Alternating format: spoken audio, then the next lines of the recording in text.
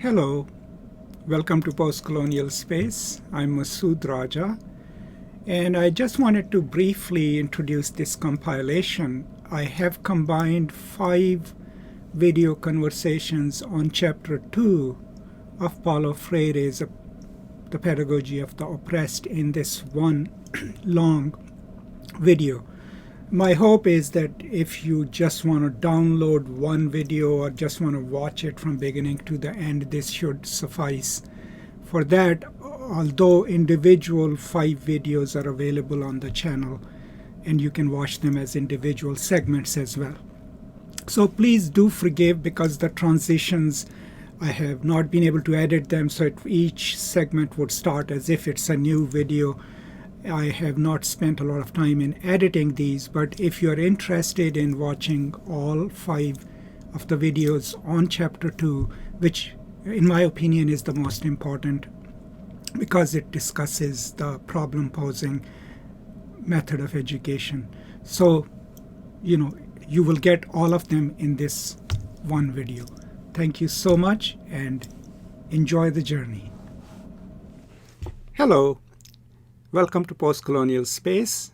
I'm Masood Raja, and I would like to welcome you to my series on Pedagogy of the Oppressed. Now we are embarking onto our reading and discussion of Chapter 2, which I consider one of the most important chapters because this is where he explains his concepts of the banking system of education and offers us the problem-posing or problem-solving method of education in opposition to the banking system. Now, I'm hoping that you have watched my previous videos. I have about 12 videos on Chapter 1, same idea, reading and discussing. And I would strongly urge you to please go through at least some of them. And there are a couple of summaries as well. And you can find all of those on the playlist that would come up in a minute.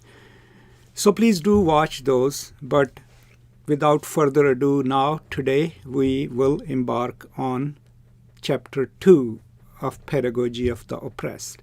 I'm not sure how many video recordings would it take, but I'm hoping this is a shorter chapter. So I'm hoping that it would be at least, at the most, 5 or 6 video segments. Thank you so much for joining me, and I will now go and read the opening paragraphs of Chapter 2 of Paulo Freire's Pedagogy of the Oppressed, and then we can come back and discuss it. So here we go. Full analysis of the teacher-student relationship at any level inside or outside the school reveals its fundamentally narrative character. This relationship involves a narrating subject, the teacher, and patient listening objects, the students. The contents, whether values or empirical dimensions of reality, tend in the process of being narrated to become lifeless and petrified. Education is suffering from narration sickness. The teacher talks about reality as if it were motionless, static, compartmentalized, and predictable, or else he expounds on a topic completely alien to the existential experience of the students. His task is to fill the students with the contents of his narration, contents which are detached from reality, disconnected from the totality that engendered them and could give them significance. Words are emptied of their concreteness and become a hollow, alienated, and alienating verbosity. The outstanding characteristic of this narrative education then is the sonority of words, not their transforming power. 4 times 4 is 16. The capital of para is Belem. The student records, memorizes, and repeats these phrases without perceiving what 4 times 4 really means or realizing the true significance of capital in the affirmation. The capital of para is Belem. That is what Belem means for para and what para means for Brazil. Narration, with the teacher as narrator, leads the students to memorize mechanically the narrated content. Worse yet, it turns them into containers, into receptacles, to be filled by the teacher. The more completely she fills the receptacles, the better a teacher she is. The more meekly the receptacles permit themselves to be filled, the better students they are. Education thus becomes an act of depositing, in which the students are the depositories and the teacher is the depositor. Instead of communicating, the teacher issues communiques and makes deposits which the students patiently receive, memorize, and repeat. This is the banking concept of education, in which the scope of action allowed to the students extends only as far as receiving, filing, and storing the deposits. They do, it is true, have the opportunity to become collectors or catalogers of the thing they store. But in the last analysis, it is the people themselves who are filed away through the lack of creativity, transformation, and knowledge in this, at best, misguided system. For apart from inquiry, apart from the praxis, individuals cannot be truly human. Knowledge emerges only through invention and reinvention, through the restless, impatient, continuing, hopeful inquiry whom human beings pursue in the world, and with each other. In the banking concept of education, knowledge is a gift bestowed by those who consider themselves knowledgeable upon those whom they consider to know nothing. Projecting an absolute ignorance onto others, a characteristic of the ideology of oppression, negates education and knowledge as process of inquiry. The teacher presents himself to his students as their necessary opposite. By considering their ignorance absolute, he justifies his own existence. The students, alienated like the slave in the Hegelian dialectic, accept their ignorance as justifying the teacher's existence. But unlike the slave, they never discover that they educate the teacher. The raison d'etre of liberation education, on the other hand, lies in its drive towards reconciliation. Education must begin with the solution of the teacher-student contradiction by reconciling the poles of the contradiction so that the both are simultaneously teachers and students. So before I go into explaining what I just read, let's just keep in mind the irony of this situation here. I'm trying to explain the banking concept of education while kind of relying on a banking mode of explaining it as well. And that's because of the medium that I have to use. So you're not here, I'm here, and it comes across still as a top-down explanation of the book, and I apologize for that. But as I said, these are conversations, and the best way they can become conversations, of course, is if you interact with the video and post your questions and give me your suggestions. But I am aware of the irony of this entire project.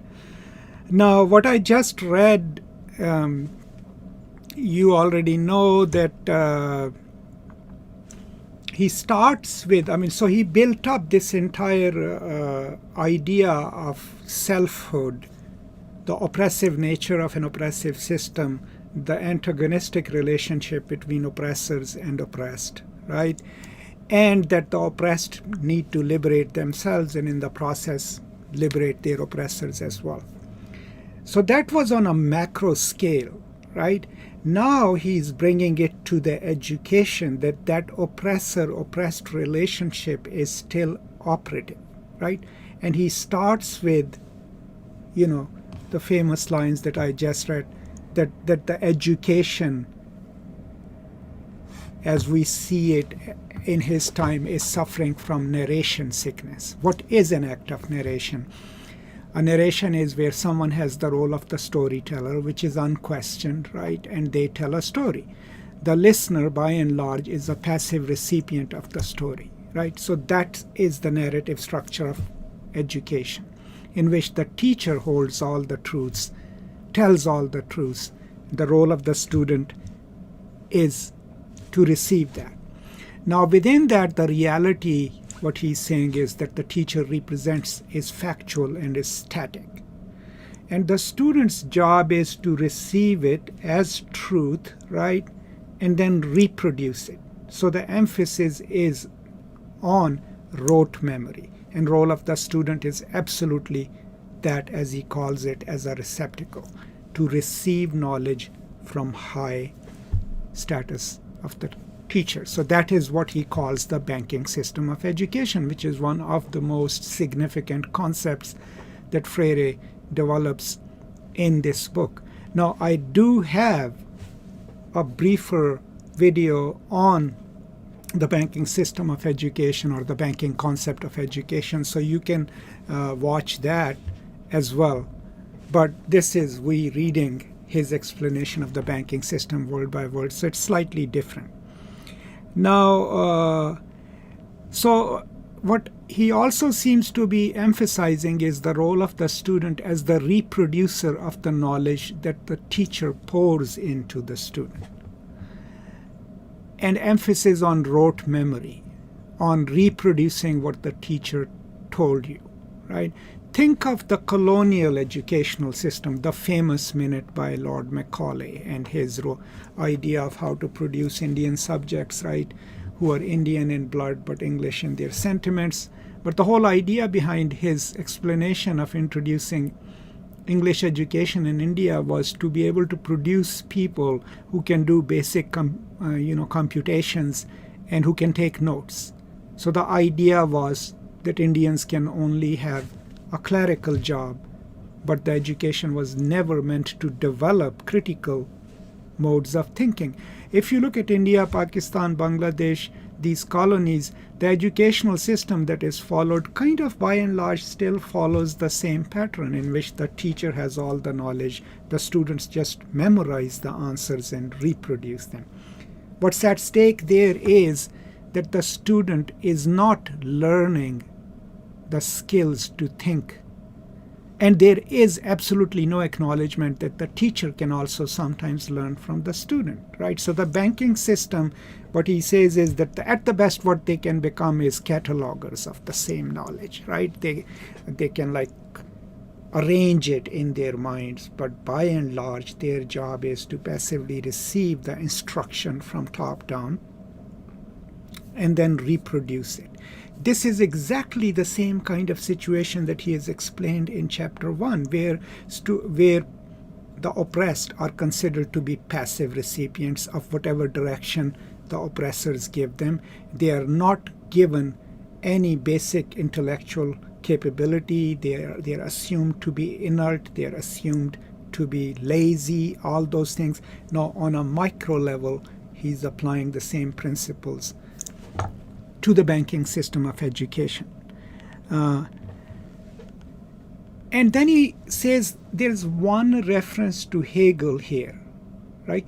The Hegelian master-slave dialectic. But what he says is, unlike the slave in the Hegelian dialectic, the student in this situation has nothing to pass on to the teacher.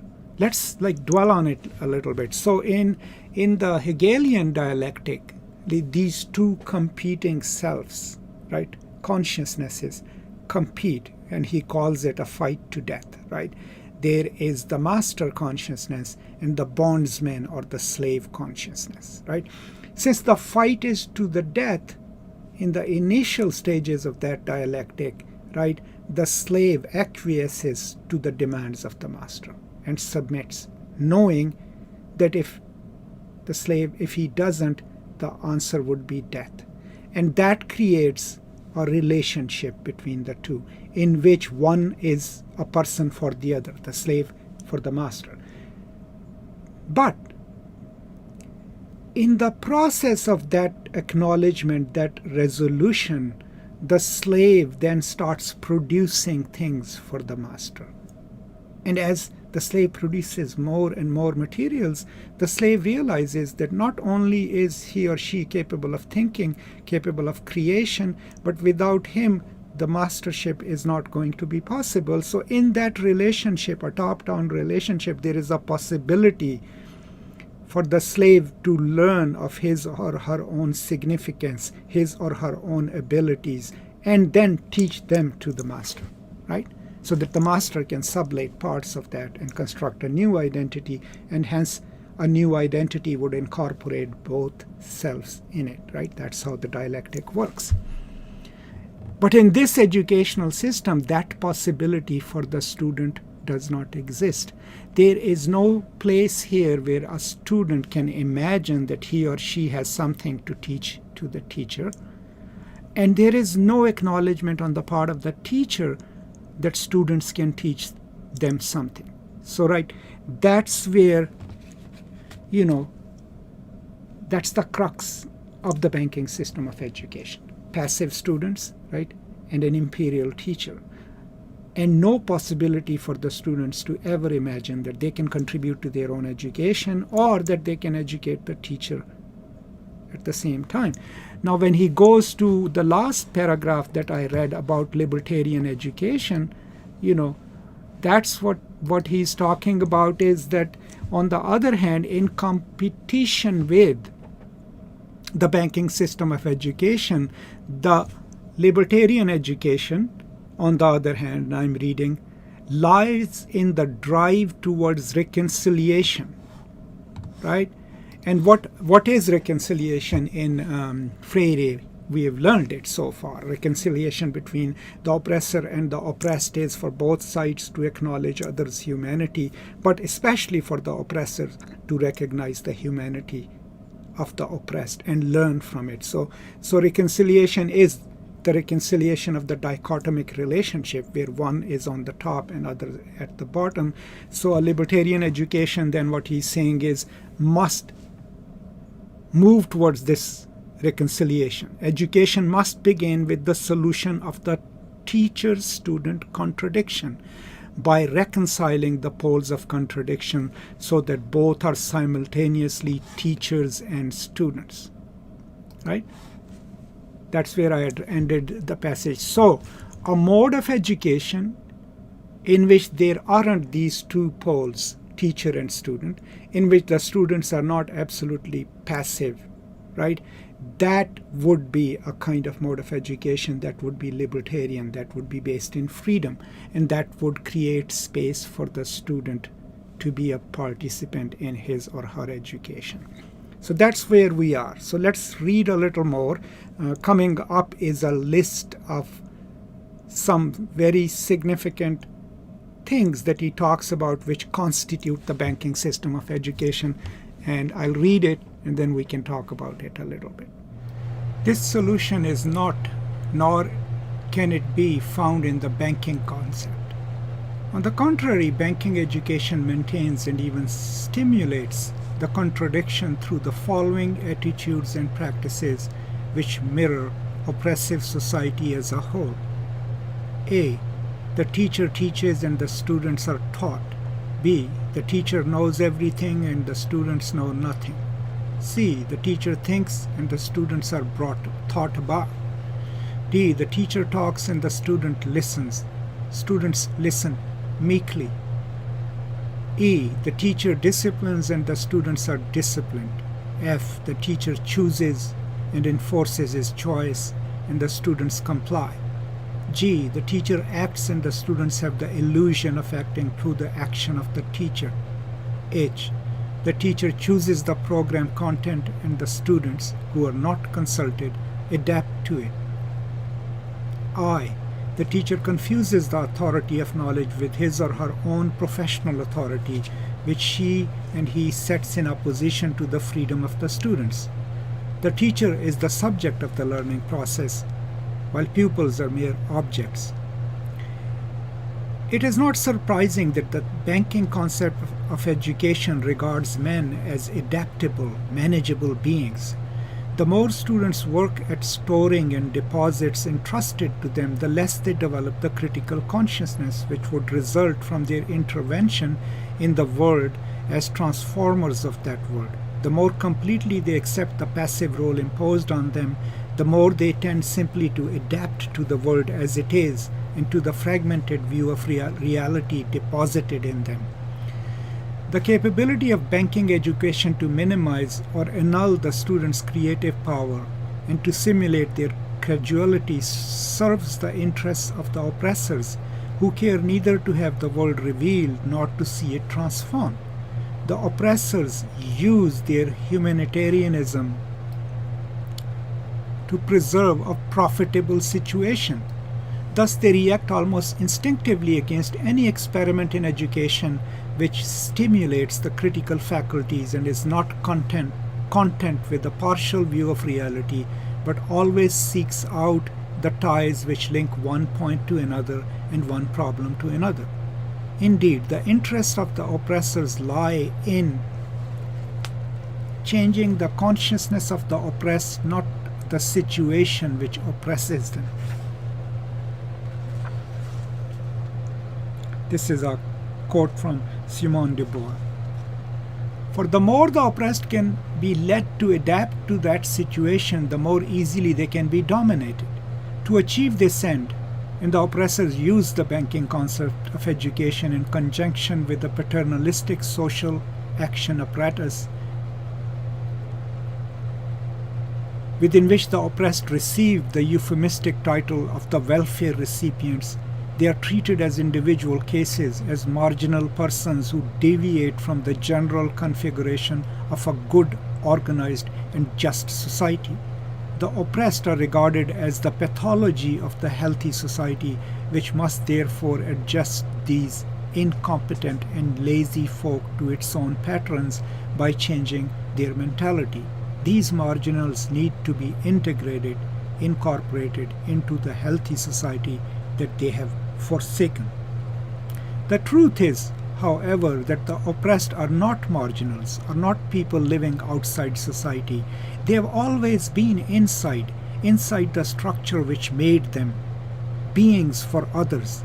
The solution is not to integrate them into the structure of oppression, but to transform that structure so that they can become beings for themselves.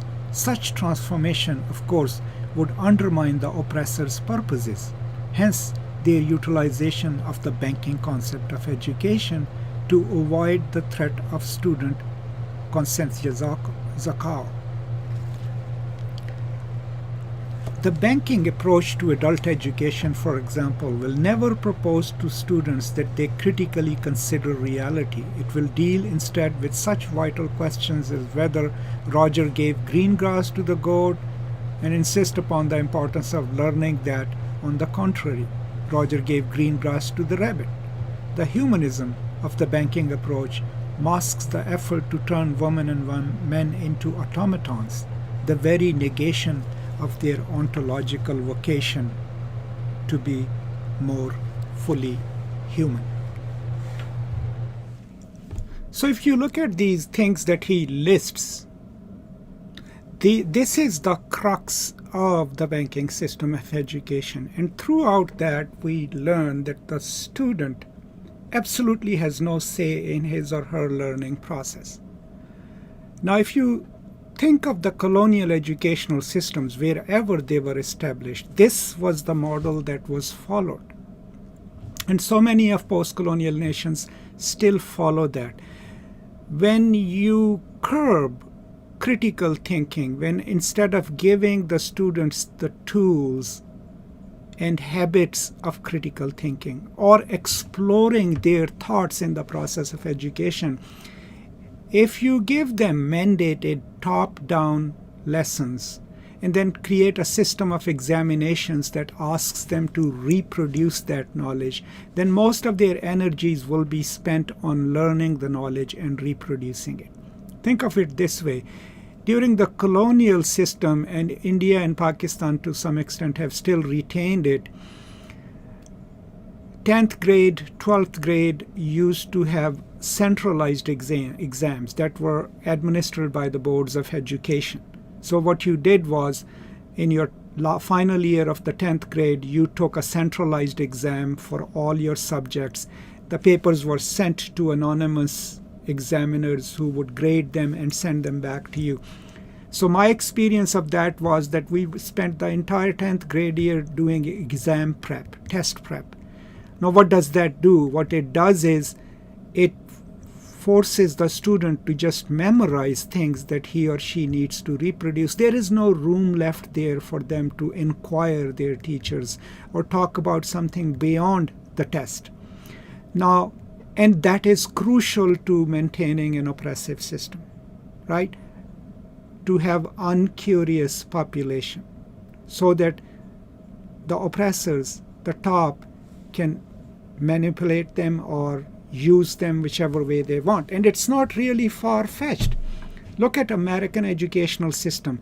The conservatives, by and large, are in favor of centralized testing, right? Want education to be assessment and driven, right? So what do? The schools lose their funding if their students don't do well, right? In the centralized exams, right? So if you asked any teacher or a student who are in a system where students have to take these centralized exams, they will tell you they spend that year simply on test prep. And if they're spending that year on test prep, chances are students are just memorizing or learning the text itself, but nothing beyond that. And that suits the conservative political agenda, because the kind of policies and things that they are trying to push through or sell to the people, right, require an uncritical population, a population that takes orders but doesn't necessarily think about them, right? So there is always a politics behind it. So in the colonial situation, in the oppressor-oppressed relationship, the logic behind the banking system of education was to have enough natives who can do the basic jobs, right, but who do not develop the critical faculties to challenge the system. And there was no attempt during that educational system for the teachers to actually seek out what is the best way that students learn. What do they have to contribute to their own education? So all the things that he's listing here are the things that were operative in colonial education and which still, by and large, are used in American K-12 system and in the government and some private school systems in the former colonies, right? And so what we also then learn is not only that the banking system is top-down and treats students as these passive recipients of knowledge, and I forgot to mention in the previous segment, a knowledge that is completely sometimes detached from their existential experience, right? How do you teach people living in the poorest parts of the world the value of daffodils? What have daffodils got to do with them? Why can't we have, instead of Wordsworth's poem, a poem about their local life, about their local flora and fauna, right? That's the education detached from the reality. So the example that he gives over there, Paul gave the greens to the goat or sheep. Who cares, right? That's what he is saying is, but the emphasis is to know those facts that are in the text instead of giving the students an opportunity to bring in, their own interpretation of things, to bring in what they think about the text itself, about learning itself. How does that learning go? What he's also pointing out is that the banking system of education is not an accident. It's absolutely connected to the power structures, and it enables those in power to maintain the status quo. Because if they acknowledge that students are capable of critical thought, that their thoughts should be incorporated within the system of education, then what the oppressors have to acknowledge is that people whom they have empowered not only have intelligence, can think rationally, but have certain valuable things to offer. And if they accept that, then the premise of the structure of oppression is defeated, right? That is what is at stake, right? And then towards the end, when he's talking about the banking approach to adult education, for example, will never propose to students that they critically consider reality. It will deal instead with such vital questions. So let's say if we are running an adult education center by the government or whatever, it presupposes that those people who are getting that education do not have a lived experience, may not have anything to contribute, right? And it's that pedantic approach to teaching them math, teaching them reading and writing, and hence it loses its purpose. I mean, part of an adult education program could very easily be the teacher coming in and asking these people, what are your life experiences, right? How do you relate those to your education? How can I learn from you, right? It's also a hint at what he is calling at this stage the libertarian education, which will eventually become problem-posing education, is the limitation of the banking system of education is that it treats all students, right, as recipients, passive recipients of knowledge, but also as people as one size can fit all, right? The only time pedagogy changes is when we acknowledge that students can come from different backgrounds, can bring different kinds and modes of thinking about reality, right? Remember, the purpose of this education which he is promoting is not just to impart knowledge, but to create an environment in which people can learn of their own existence, their own limitations, the system itself, and then learn to change it. The banking system of education does not pose the question of changing the system. That's why he calls it humanitarian, right? It just tries to offer something in terms of education without creating an environment where the very system in which that education is being dispensed can be put to question, right? And that's where he is headed, right? Towards the problem-posing system of education. Now, we will talk about it in my next lecture, right? But for right now, I think to sum up, what we can understand through the banking system of education is that it has the same oppressor-oppressed relationship operative there, in which the teacher is the teller of the stories, the holder of knowledge, and the student is absolutely passive. The student has no say in his or her education, cannot contribute. The content is usually detached from the lived experience of the students themselves, right? And the model is meant to keep in place the power structures that exist. And there is no possibility in the banking system for the student to actually reach a point where he and she can assume the role in which their knowledge and their experience can also inform the teacher, right? That, in a sense, then, for Freire, is the banking system of education. So that's all I have today. I hope this was useful, and I will continue my reading of chapter 2 along with you in my next video, right? Please do join me, and if you have any questions, please do post them so that we can really make it into a conversation. And if you have not done so, please do subscribe to the channel. Thank you. I'll see you next time, and until then, peace and love. Hello. Welcome to Post-Colonial Space. I'm Masood Raja, and today I will continue my conversation on Chapter 2 of Paulo Freire's Pedagogy of the Oppressed, and we'll be covering from page 75 to 77. As I've done before, I will read parts of the text and then we will talk about it.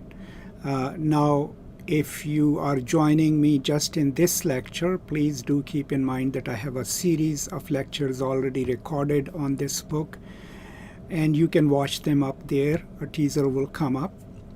But in the previous part 1 of chapter 2, we had started talking about the banking concept of education and how Freire sets it up, right? And how one thing that absolutely comes clear in that is that the student within the banking system of education is totally passive and inert. And it's kind of like a vessel into which the teacher, without the consent of the student, without the involvement of the student, tries to deposit his or her knowledge. Now, I also talked about in my previous lecture about the colonial system of education and how it was geared towards producing those kind of passive subjectivities and passive bodies. he is still in the part that I'll be covering today discussing the banking system of education. So we will continue reading that until page 77 because he's going to highlight several other characteristics of the banking system of education or the banking model or concept of education. So that's the plan for today. As always, please do keep in mind that I'm open to any questions that you might want to ask of me or of the text. And the best way to do so is to put your questions in the comments. If you're liking this series, please do let me know because your recognition matters a lot to me. So here we go. I will read and then come back to you starting from page 75. Those who use the banking approach, knowingly or unknowingly, for there are innumerable well-intentioned bank clerk teachers who do not realize that they are serving only to dehumanize, fail to perceive that the deposits themselves contain contradictions about reality. But sooner or later, these contradictions may lead formerly passive students to turn against their domestication and the attempt to domesticate reality. They may discover through existential experience that their present way of life is irreconcilable with their vocation to become fully human. They may perceive through their relations with reality that reality is really a process undergoing constant transformation. If men and women are searchers and their ontological vocation is humanization, sooner or later they may perceive the contradiction in which banking education seeks to maintain them, and then engage themselves in the struggle for their liberation. But the humanist, revolutionary educator cannot wait for this possibility to materialize. From the outset, her efforts must coincide with those of the students to engage in critical thinking and the quest for mutual humanization. His efforts must be imbued with a profound trust in people and their creative power to achieve this. They must be partners of the students in their relation with them. The banking concept does not admit to such partnership, and necessarily so. To resolve the teacher-student contradiction, to exchange the role of depositor, prescriber, domesticator for the role of student among students would be to undermine the power of oppression and serve the cause of liberation. So there are quite a few instructive things in the passages that I just read.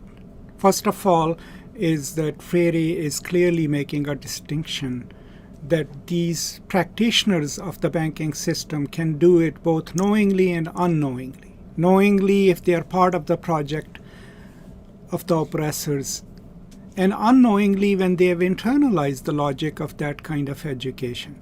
And there is an instructive term that he uses, bank clerk teachers. And it's crucial to understand that. Just keep in mind there are quite a few connotations here. First of all, let's go by the literal meanings. What does a bank clerk do? A bank clerk takes your money and deposits it, or takes your checks and gives you the money. Beyond that, a bank clerk has no volition, no initiative of his or her own. Similarly, a bank clerk teacher then has gained some knowledge through an oppressive system and sees it his job to pass that knowledge, to transfer that knowledge to the students who are the clients. But deeper still, if you look at the colonial educational system, I famously mentioned Lord Macaulay's famous minute, the whole idea of the colonial educational system, which obviously was an oppressive system, was to impart English or French education to the natives of the colonies, but only the kind of education that privileged rote memory, learning the system itself, so that people could be effective clerks within the system. So anytime someone uses the word clerk, what they're basically saying is not demeaning the profession, the clerical profession itself, but what they are saying is that that kind of mentality is only meant for note-taking, right? Or for reproducing knowledge that already exists, or taking dictation. think of the colonial educational system. If you were a part of it or are a part of it, what do we still teach in institutions like in Pakistan, India, and Bangladesh? We still teach Pressy writing. No one knows about Pressy writing over here, but what is Pressy writing? Here are 3 pages. Please condense it to what could be an executive summary. We teach our students that. What does that teach? Clerkmanship, right? We also they used to teach us in the Pakistani school system how to write an application, right? How did we start the application? By saying, most respectfully, I beg to state. Even in that one sentence, what you are being taught is your position as subservient, right? So that's what he means by the bank clerk teachers, right, and the method of teaching. But what he's saying is that even if the material, the didactic material, is being passed down, it in itself contains certain contradictions, right? What could be those contradictions? Maybe you're teaching Rousseau, maybe you're teaching idea of freedom, maybe you're teaching the liberation struggles of the British or whatever, right? So sooner or later, the students will start seeing the contradiction that here is a text, John Stuart Mill is being taught to us, which talks about justice and all, but our own life doesn't have that. We live in an oppressive system.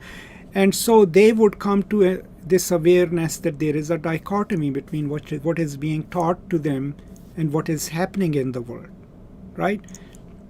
And that will bring them to consciousness, right? And they will... Now, implicit in this assertion is also this idea that, remember, the book starts with a claim that it's our vocation, it's part of being human to seek full humanization, right? So no matter the banking system of education notwithstanding, people would eventually see those contradictions over time. But remember, Freire is also a theorist of praxis. What he eventually in another chapter would teach us is that we can't sit and wait for the revolution to come. We have to develop a praxis, and a praxis is always a combination of contemplation about the real world and action to change it. A combination of 2 things becomes praxis. So that's where the humanistic revolutionary education comes in. The role of a humanist educator then is to stand with the people, stand with the students, right? And then in the process of that solidarity, develop a praxis-driven response to the oppressive system. But the banking system does not do that. So what did I read? Implicit in the banking concept is the assumption of a dichotomy between human beings. It maintains that dichotomy, that there is an elite and there are peasants and there are lords. That dichotomy is part of the banking system. Similarly, the teacher-student dichotomy. The teacher knows everything and the student doesn't know anything. Nowhere in the banking system is there a possibility where the teacher can become a co-learner with the students. Now, I've used that term before. How do you become a co-learner with the students? Is by actually having a communication with them, right? By talking to them about their lived experiences, if it's a civics lesson. Asking them how do they live, how do they cope with their life, instead of teaching them this is how you should live, right? That's the difference, that's the dichotomy, right? And that can only happen outside the banking system, right?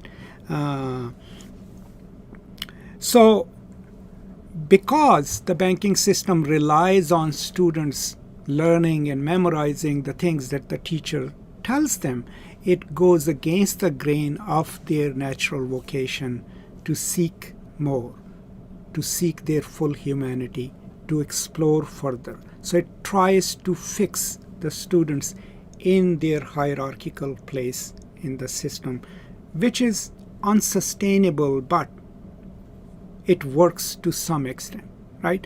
Now, remember, he will go further into it, but he's relying very heavily on the third force psychology, right? Erich Fromm. I have a lecture on Erich Fromm's influence on Freire. Please do watch it. But the whole idea that we're not just driven by drives, right? We seek recognition in the world of ourselves. We also seek to be fully human. So what's coming into conflict is a dehumanizing system which wants to straitjacket students into a certain prescribed form. And the students' natural, innate in Freire tendencies to seek more for themselves, right? And the contradictions in the teaching system with their lived experience become a path towards their consciousness. But that is where a more acute mode of pedagogy is necessary, and banking system is not that system of education. So these are some of my thoughts on what I just read. Let's go and read a little more, and then I'll come back and talk about it. Implicit in the banking concept is the assumption of a dichotomy between human beings and the world. A person is merely in the world, not with the world or with others. The individual is spectator, not recreator. In this view, the person is not a conscious being, corpo consciente. He or she is rather the possessor of a consciousness, an empty mind, passively open to the reception of deposits of reality from the outside world. For example, my desk, my books, my coffee cup, all the objects before me as bits of the world which surround me would be inside me exactly as I am inside my study right now. This view makes no distinction between being accessible to consciousness and entering consciousness. The distinction, however, is essential. The objects which surround me are simply accessible to my consciousness, not located within it. I am aware of them, but they are not inside me. It follows logically from the banking notion of consciousness that the educator's role is to regulate the way the world enters into the students. The teacher's task is to organize a process which already occurs spontaneously to fill the students by making deposits of information which he or she considers to constitute true knowledge. And since people receive the world as passive entities, education should make them more passive still and adapt them to the world. The educated individual is the adapted person because she or he is a better fit for the world. Translated into practice, this concept is well suited to the purposes of the oppressors, whose tranquility rests on how people fit the world the oppressors have created and how little they question it. The more completely the majority adapt to the purposes which the dominant minority prescribe for them, thereby depriving them of the right to their own purposes, the more easily the minority can continue to prescribe. The theory and practice of banking education serve this end quite efficiently. Verbalistic lessons, reading requirements, the methods for evaluating knowledge, the distance between the teacher and the taught, the criteria for promotion, everything is in this ready-to-wear approach serves to obviate thinking. The bank clerk educator does not realize that there is no true security in his hypertrophied role, that one must seek to live with others in solidarity. One cannot impose oneself, nor even merely exist with one's students. Solidarity requires true communication, and the concept by which such an educator is guided fears and proscribes communication. Yet only through communication can human life hold meaning. The teacher's thinking is authenticated only by the authenticity of the student's thinking. The teacher cannot think for her student, nor can she impose her thought on them.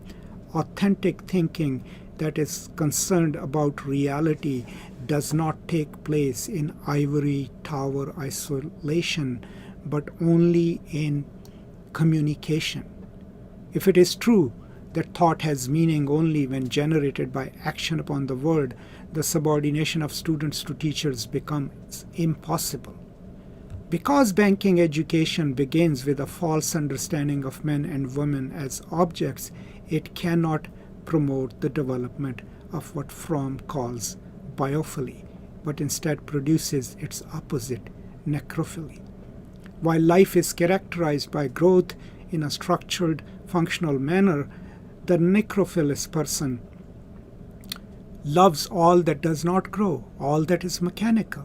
The necrophilist person is driven by the desire to transform and this is a quote from the necrophilist person is driven by the desire to transform the organic into the inorganic, to approach life mechanically as if all living persons were things. Memory rather than experience, having rather than being is what counts. The necrophilist person can relate to an object, a flower or a person, only if he possesses it. Hence, a threat to his possession is a threat to himself. If he loses possession, he loses contact with the world. He loves control, and in the act of controlling, he kills life. This was the end of quote. Oppression, overwhelming control is necrophilic. It is nourished by love of death, not life. The banking concept of education, which serves the interests of oppression, is also necrophilic, based on a mechanistic, static, naturalistic, spatialized view of consciousness. It transforms students into receiving objects. It attempts to control thinking and action, leads women and men to adjust to the world, and inhibits their creative power. Okay, quite a lot is packed in these pages, and so let's go through it. First of all is Freire's take on how the knowledge is communicated. And we can't understand his explanation of it without knowing a bit about phenomenology, especially Husserl, who is mentioned in the footnote. So if you look at the Husserl's idea of intending subjects, the idea is, unlike Descartes, things don't come to us in our consciousness, right? Thought is outward tending, so it seeks its object, right? Now, if we believe into that kind of human consciousness, then we already know that what happens in the world, we intend it, our thought is actively engaged in it. There is no room in that kind of a thinking where we can imagine a passive consciousness into which can be poured some knowledge. The banking system absolutely assumes that the students are not capable of thought, they are empty, so they must be filled, right? And that aspect of it presupposes that the students don't know the world, don't exist in the world. The world must then enter it, and the only way it can enter the student's consciousness is through an act of top-down teaching. That is why what he says in these passages is that the clerkman teacher cannot imagine a world in which he can be coexistent with the student, in which he or she can learn from the student or create the world together with the student. And that suits the dominant group. Now think of it. The dominant group remains in power through hegemony, right? I have a lecture on hegemony that you can watch, but that is by creating an appearance of a people's consent. How do you create that? Only when people themselves are not encouraged to think beyond their life, right? How do you make them uncurious and fix them in their position? When you come up with a system of education that is imbued with the inequalities of the system and that normalizes those inequalities for the people, so that people are required to fit the system in order to succeed it. We still do that in American colleges. By and large, what we teach our students is not how to think critically. What we are teaching them is how to fit into the corporate world, right? How to be successful in it. How many videos have you watched on YouTube? How to do a successful interview, how to succeed at your first job. All of these didactic practices are geared towards creating a subjectivity that is adaptable, that is malleable, and that can live to the expectations of the larger system. Very rarely do we teach our students to think the system anew, to look at its inequalities, right? Its injustices. In the humanities departments, we sometimes claim that we do that, but even in humanities department, if you try to do that kind of ameliorative pedagogy, some of your own colleagues would deride it because they were like, this is not what we are supposed to do. So there is some truth to what he is saying over here, and we can see it in our own lives, right? Then he goes on to, so of course, this kind of pedagogy, the banking system of pedagogy, by normalizing the structures of powers within it is produced and delivered, then creates the kind of subjectivities that are ideal to the oppressive order: uncritical, submissive, disciplined, unquestioning, right? Those are the kind of students they are trying to produce, right? But there's a flaw in their assumptions about human psyche, right? The flaw is that they think human consciousness is empty, not realizing that human consciousness is active and it constantly seeks the outside world, and that we live in the world. The world has an impact on it, but we also know that we can have an impact on it. And that is what he calls true communication.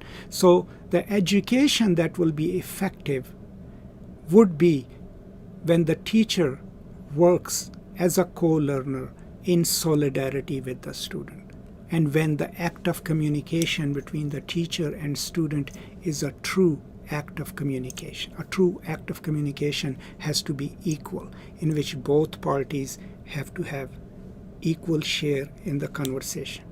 And that's when he quotes Erich Fromm, right? And Erich Fromm's theorization of biophilia and necrophilia, right? So the biophilic system is a system, or mode of consciousness is a system which is life-giving, which enables critical thought, which allows people to live to their full potential, to be recognized, right? And to have full equal communication with the world and with the other people around them. The necrophilic system is kept in place through dominance, right? It's a system of possession. So it relies on instrumental logic, right? When you look out in the world and you just see what you can instrumentalize for possession. It relies on possession to claim happiness. So by and large, like the entire capitalistic system in one way or the other becomes a death-driven system because it's about acquisition, it's about power. The biophilic system would be coexistence, living together, working together, helping each other, right? So now he's connecting banking system to not just an automated system of education that the clerk teachers might have internalized and are passing on to their students, assuming them to be passive. That educational system then is now connected to a death-driven way of life, or a way of life that creates these global and local hierarchies, keeps the people in check, keeps them under control. So what now pedagogy has become is not necessarily just something perfunctory. It's inextricably linked with questions of life and death. Whose side are you on as a teacher if you practice the banking system of education and normalize the compartmentized and hierarchized system within which your students exist and you exist? Then you are working towards a death-driven system, a necrophilic system.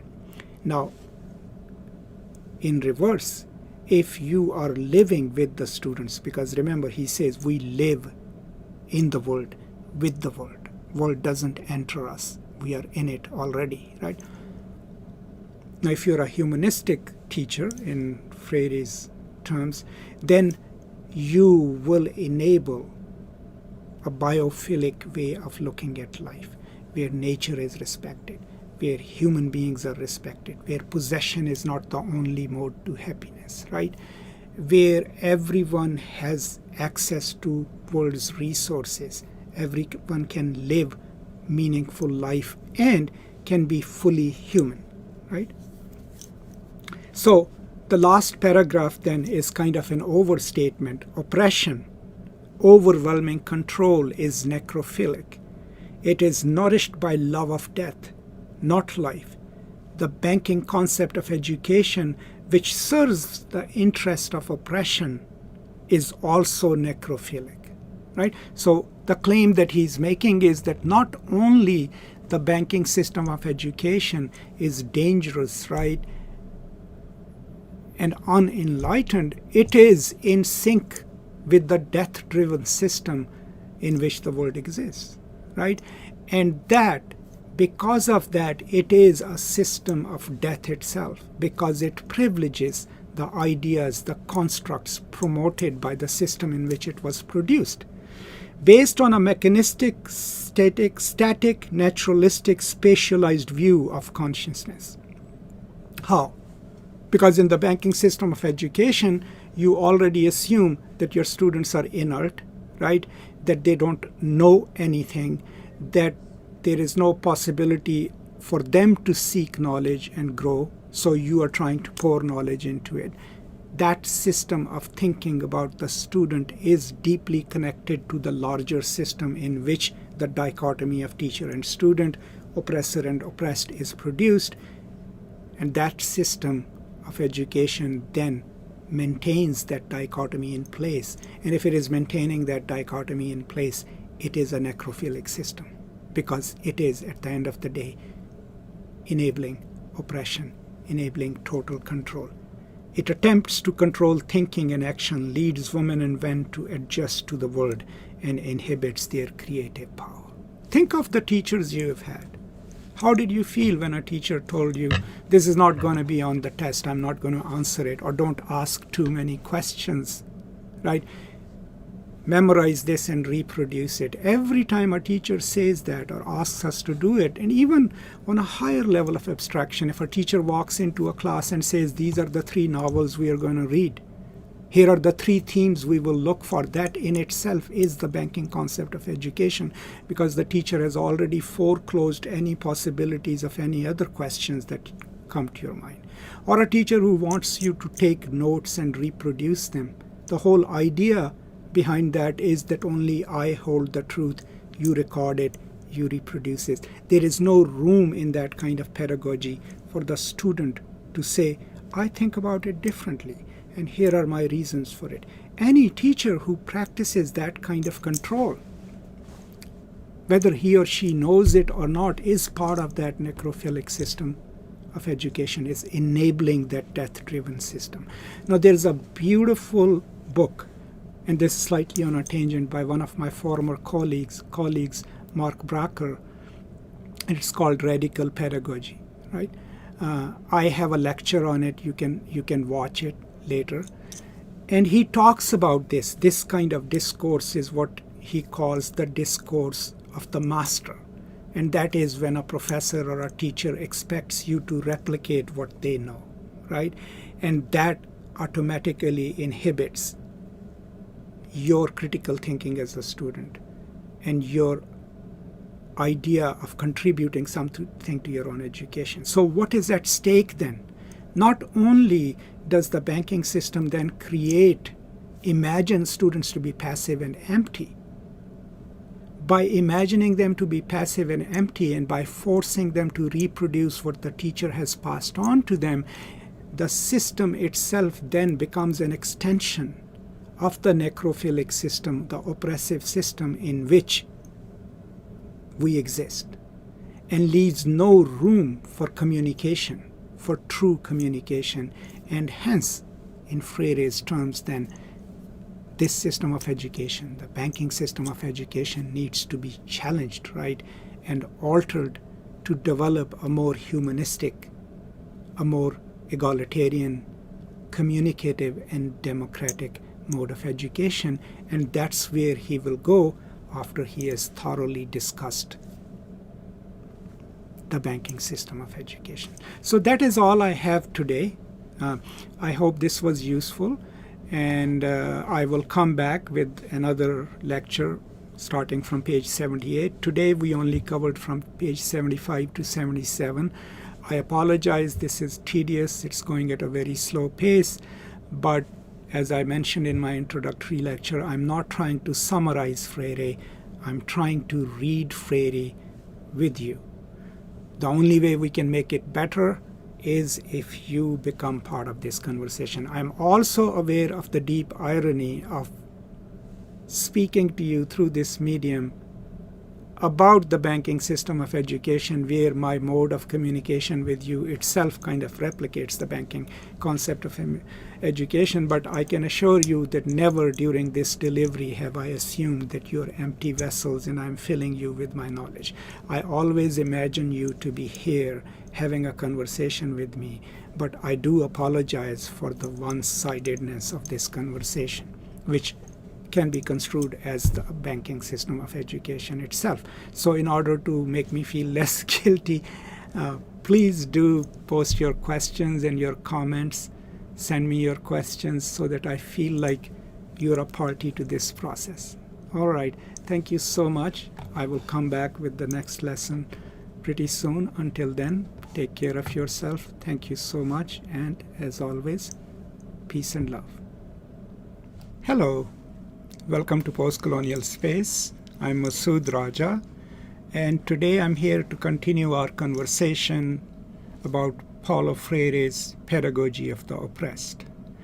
Now, if you have watched my previous lecture on the book, we had started talking about, we're still on the banking system of education, but he is going into the biophilic and necrophilic aspects of education itself. And then he continues that conversation into a little more details about the banking system of education. And in today's lecture, I will just cover page 78 and 79, where he kind of concludes his discussion of the banking system of education and its ramifications, and then moves on in the chapter to discussing what he calls the problem posing education. So just like all the other videos, I will read and then come back and we'll talk about it. There are only 2 readings in this video, and I think this isn't going to be a very long video. So here, let's go to reading from top of page 78, and then I'll come back and talk to you about it. When their efforts to act responsibly are frustrated, when they find themselves unable to use their faculties, people suffer. This suffering due to impotence is rooted in the very fact that the human equilibrium has been disturbed. But the inability to act which causes people's anguish also causes them to reject their impotence by attempting to restore their capacity to act. But can they? And how? One way is to submit to and identify with a person or group having power. By this symbolic participation in another person's life, men have the illusion of acting when in reality they only submit to and become a part of those who act. And this was a quote, I'll explain later from whom. Populist manifestations perhaps best exemplify this type of behavior by the oppressed, who, by identifying with charismatic leaders, come to feel that they themselves are active and effective. The rebellion they express as they emerge in the historical process is motivated by that desire to act effectively. The dominant elites consider the remedy to be more domination and repression carried out in the name of freedom, order, and social peace. That is, the peace of the elites. Thus they can condemn logically from their point of view the violence of a strike by workers and can call upon the state in the same breath to use violence in putting down the strike. Now this is a really instructive passage within the context of education, but also the life that we are living right now. What he's trying to explain here is, there is already an assumption that people naturally try to realize their full humanization. The quotes come from Erich Fromm, and that's where he's drawing his idea of this human nature, right? This tendency to seek full actualization, full realization. But there can be many false steps. This is one of the false steps that he is talking about, and that is populist politics, right? So in one way, if the banking model is still operative, but people are feeling stymied and they want to express themselves, the one instance always is their engagement in populist politics. And what happens in populist politics is that they place their desires in the words and actions of a populist leader, right? And even though people have an illusion of believing that they are expressing themselves, they actually just become tools within the designs of the populist leader or populist leadership, because they are the ones who are mobilizing these people to their own cause, but there is an illusion of freedom of expression on the part of the people. And that is really crucial for us to understand if you look at the populist movements in the world, United States, India, Brazil, so many other places in the world have now people siding with leaders who claim to solve all their problems, who think that they can somehow restore everything to the people, right? That's the distinction between true revolution, which restores your full humanity and creates a just world, and populism, which mobilizes people's sentiment, right? And then uses it to maintain the status of the elite in itself, right? I mean, look at Mr. Trump's politics. With all the rhetoric of I'm going to do this, I'm going to do that, has the economic inequality been reduced in the last 4 years? Right? Have the United States become more just? Has he even himself shown any attempt at sharing his wealth? No. But people who must express themselves, want to express themselves, when they are stymied, that's where their energies can be directed. And then the whole hypocrisy of the system, right? When the elites are trying to safeguard their interest because they are saying, oh, these people in the street, they are violent, they are a threat to our society, they are a threat to peace, right? That's their argument. But look at what they want. They want the full force of the state against those people, right? They have no qualms about using violence, right? But they are representing people rising in the streets as a threat to the system, because that's literally what it is if they realize to fight for themselves and not in the name of a leader, right? The greatest example of it is right now happening in Portland, right? Okay, there are protesters in the street, they have been there, but the state institutions who are trying to control them are equally using the most brutal methods and the most unconstitutional methods, like incarcerating people without arresting them. There is no record. So the reaction then from the elite is equally as violent and intrusive, but it's couched in the language of law, right? And so what he's trying to illustrate by quoting from here is clearly this idea of rise of populism, and how, because people have not reflected on their condition, because they have not fully realized how to get to freedom, how populism can intrude on it and appropriate that, right? How reactionary forces can intrude on that and appropriate it. And that is one more danger of the banking system of education. So these are some of my thoughts about the passages I just read. Let's go read a little more, and then I'll come back and talk about it. Education as the exercise of domination stimulates the credulity of students with the ideological intent, often not perceived by educators, of indoctrinating them to adapt to the world of oppression. This accusation is not made in the naive hope that the dominant elites will thereby simply abandon the practice. Its objective is to call the attention of true humanists to the fact that they cannot use banking educational methods in the pursuit of liberation, for they would only negate that very pursuit. Nor may a revolutionary society inherit these methods from an oppressor society. The revolutionary society which practices banking education is either misguided or mistrusting of people. In either event, it is threatened by the specter of reaction. Unfortunately, those who espouse the cause of liberation are themselves surrounded and influenced by the climate which generates the banking concept, and often do not perceive its true significance or its dehumanizing power. Paradoxically, then, they utilize this same instrument of alienation in what they consider an effort to liberate. Indeed, some revolutionaries brand as innocents, dreamers, or even reactionaries those who would challenge this educational practice. But one does not liberate people by alienating them.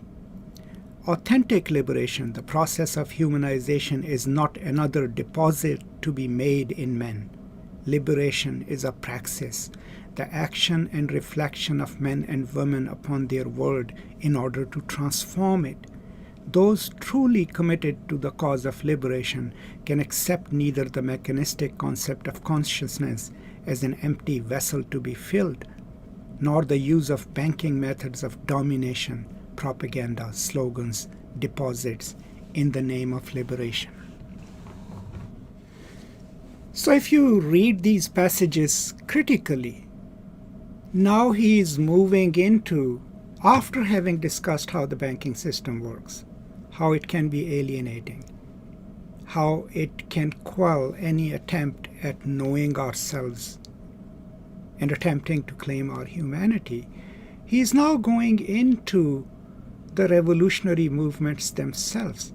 Because the idea is even people involved in a fight against the oppressive order sometimes fail to realize that their own selves and their social practices are still overdetermined and underwritten by the same oppressive order against which they have fought. Remember, in my earlier lectures, I had talked about that Freire, other than teaching us how to teach, is also a great text to learn as to how to cater against counter-revolution, but also how to make sure that the formerly oppressed themselves do not become oppressors, right? And this is one of the books that answers that question. But here he's talking about, this, first of all, he's saying is that to assume that simply by requesting it, that the dominant group will let go of its practices, I mean, that's naive, right? There has to be an active engagement in changing the system. Those who are invested in liberation then first must become cognizant of the idea that the modes of education that they are using are still garbed in the logic of the oppressive order itself, right? And he gives you the examples that sometimes the revolutionaries themselves practice the same methods, and when you object to it, they would call you, you're an idealist, right? Or these people don't know much, these people don't know their own interests. But his argument is that if you use the tools of dehumanization, no matter whether you've brought about a revolution, you cannot disalienate people and you cannot help them achieve their freedom, because the vocabulary, the mechanism is still connected to the old order in which a person is just a recipient of knowledge. So what do we learn as teachers and practitioners of change is not necessarily, we can't just bring a good book out and ask people to read it and that will change them. We have to question our own practices, right? Reflect on them, right? Because the change, liberation, is a praxis, right? That's the sentence. And we have already talked about it. What is praxis in Freire? Praxis in Freire is reflection with action, right? So what he famously says is, action without reflection is mere activism, right? So reflection on the living conditions, on why the world is the way it is, what's my place in it, and then action based on that knowledge to claim full humanity, right? That's the praxis. The action and reflection of man and woman upon their world to transform it. That's praxis.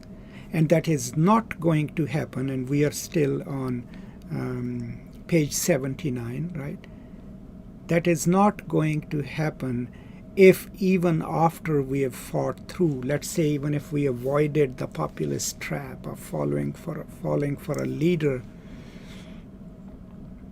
But if we continue practicing the mode of education or transmitting knowledge which was part of the old oppressive order, then we will perpetuate the same order and start seeing our own brothers and sisters with whom we might have fought in solidarity as, simpletons and those needing administration of knowledge from top down. And think of it, that happened, right? I mean, the greatest example of it is the Bolshevik Revolution, right? The August Revolution. What happened to Soviet Union, right? They brought in a Leninist revolution, and then they created an elite, and within that there were people who were just silenced, who were just doing the same stuff that they did otherwise with a slight difference, of things here and there, and it became an even more oppressive system. That is what he's trying to teach us about. Now, I'm going to end this lecture here, but it also, we can learn from Freire and go elsewhere. I mean, this idea of reflecting upon where my thoughts are coming from, why am I putting my trust in someone else, can also teach us to question things like microfascisms, right? Which we go and read Deleuze for it, right? What is a microfascism? Every time you look at the world and there is something wrong with it, but you hope, I wish there were a leader who would come and rescue us from that. That is microfascism, because instead of thinking of yourself as an agent of change and looking for solidarity with others to change things, right? You are waiting for someone to come and rescue you. That's the mentality that he wants to dispel in people. Because what he wants to teach us is we all seek full humanization. We need to be agents through reflection and practical action, which is praxis, and we need to work in solidarity with each other. And dispensation of education within that system has to be co-education, where teacher and students come and learn from each other, where the teacher is not the passive recipient of top-down knowledge. So that's today's conversation about Freire. I'm going to stop here. Now please feel free to post your questions, your comments. They always make me think more, or any suggestions you have. And as always, I'm deeply grateful to all of you, because this means a lot to me. Being able to talk to you about things that matter to me through this medium is a great thing for me personally, professionally, but also emotionally. I feel connected. So thank you so much for your time, and I will be back next time from page 80 onwards, and we'll finish this chapter. Until then, stay safe, and as always, peace and love. Hello, welcome to Post-Colonial Space. I'm Masood Raja, and today we'll continue our conversation about Paulo Freire's Pedagogy of the Oppressed. In today's conversation, I'll cover from page 79, middle of the page, to page 81. Now, if you've watched my previous video on this, we are already almost concluding his discussion of the banking system of education, and he's now moving on to explaining what he means by problem-posing educational system. There are quite a few technical terms that he uses here, and I will try to explain them. But roughly, the plan is to read from page 71, middle of the page, to top of page 81. So here, let's go through the first set of reading, and then I'll come and talk to you about it. Those truly committed to liberation must reject the banking concept in its entirety adopting instead a concept of women and men as conscious beings and consciousness as consciousness intent upon the world. They must abandon the educational goal of deposit making and replace it with the posing of the problems of human beings in their relations with the world. Problem-posing education, responding to the essence of consciousness, intentionality, rejects communiques and embodies communication. It epitomizes the speech characteristics of consciousness, being conscious of not only as intent on objects, but as turned in upon itself in a Jasperian split, consciousness as consciousness of consciousness. Liberating education consists in acts of cognition, not transferals of information. It is a learning situation in which the cognizable object, far from being the end of cognitive act, intermediates the cognitive actors, teacher on the one hand and students on the other. Accordingly, the practice of problem-posing education entails at the outset that the teacher-student contradiction be resolved. Dialogical relations, indispensable to the capacity of cognitive actors to cooperate in perceiving the same cognizable object, are otherwise impossible. Indeed, problem-posing education, which breaks with the vertical pattern characteristic of banking education, can fulfill its function as the practice of freedom only if it can overcome the above contradiction. Through dialogue, the teacher of the students and students of the teachers cease to exist, and a new term emerges, teacher-student with student-teachers. The teacher is no longer merely the one who teaches, but one who is himself taught in the dialogue with students, who in turn, while being taught, also teach. They become jointly responsible for a process in which all grow. In this process, arguments based on authority are no longer valid. In order to function, authority must be on the side of freedom, not against it. Here, no one teaches another, nor is anyone self-taught. People teach each other, mediated by the world, by the cognizable objects which in banking education are owned by the teacher. Okay, so there is a lot to unpack here. Now remember, he has already given us a thorough understanding of the banking system of education, and now he's moving into describing what he means by the problem-posing education. And while at places he will just focus on the problem-posing education, but it will pretty much always in one way or the other be in reference to the banking system of education. So what we learn in these first line is, first of all, what our true commitment ought to be. There can't be half measures. The true commitment to the problem-posing education is a complete renunciation of the banking system of education. That's the first condition, right? And then he tells us that the problem-posing education focuses on the very essence of human consciousness. And that, in his words, is intentionality, right?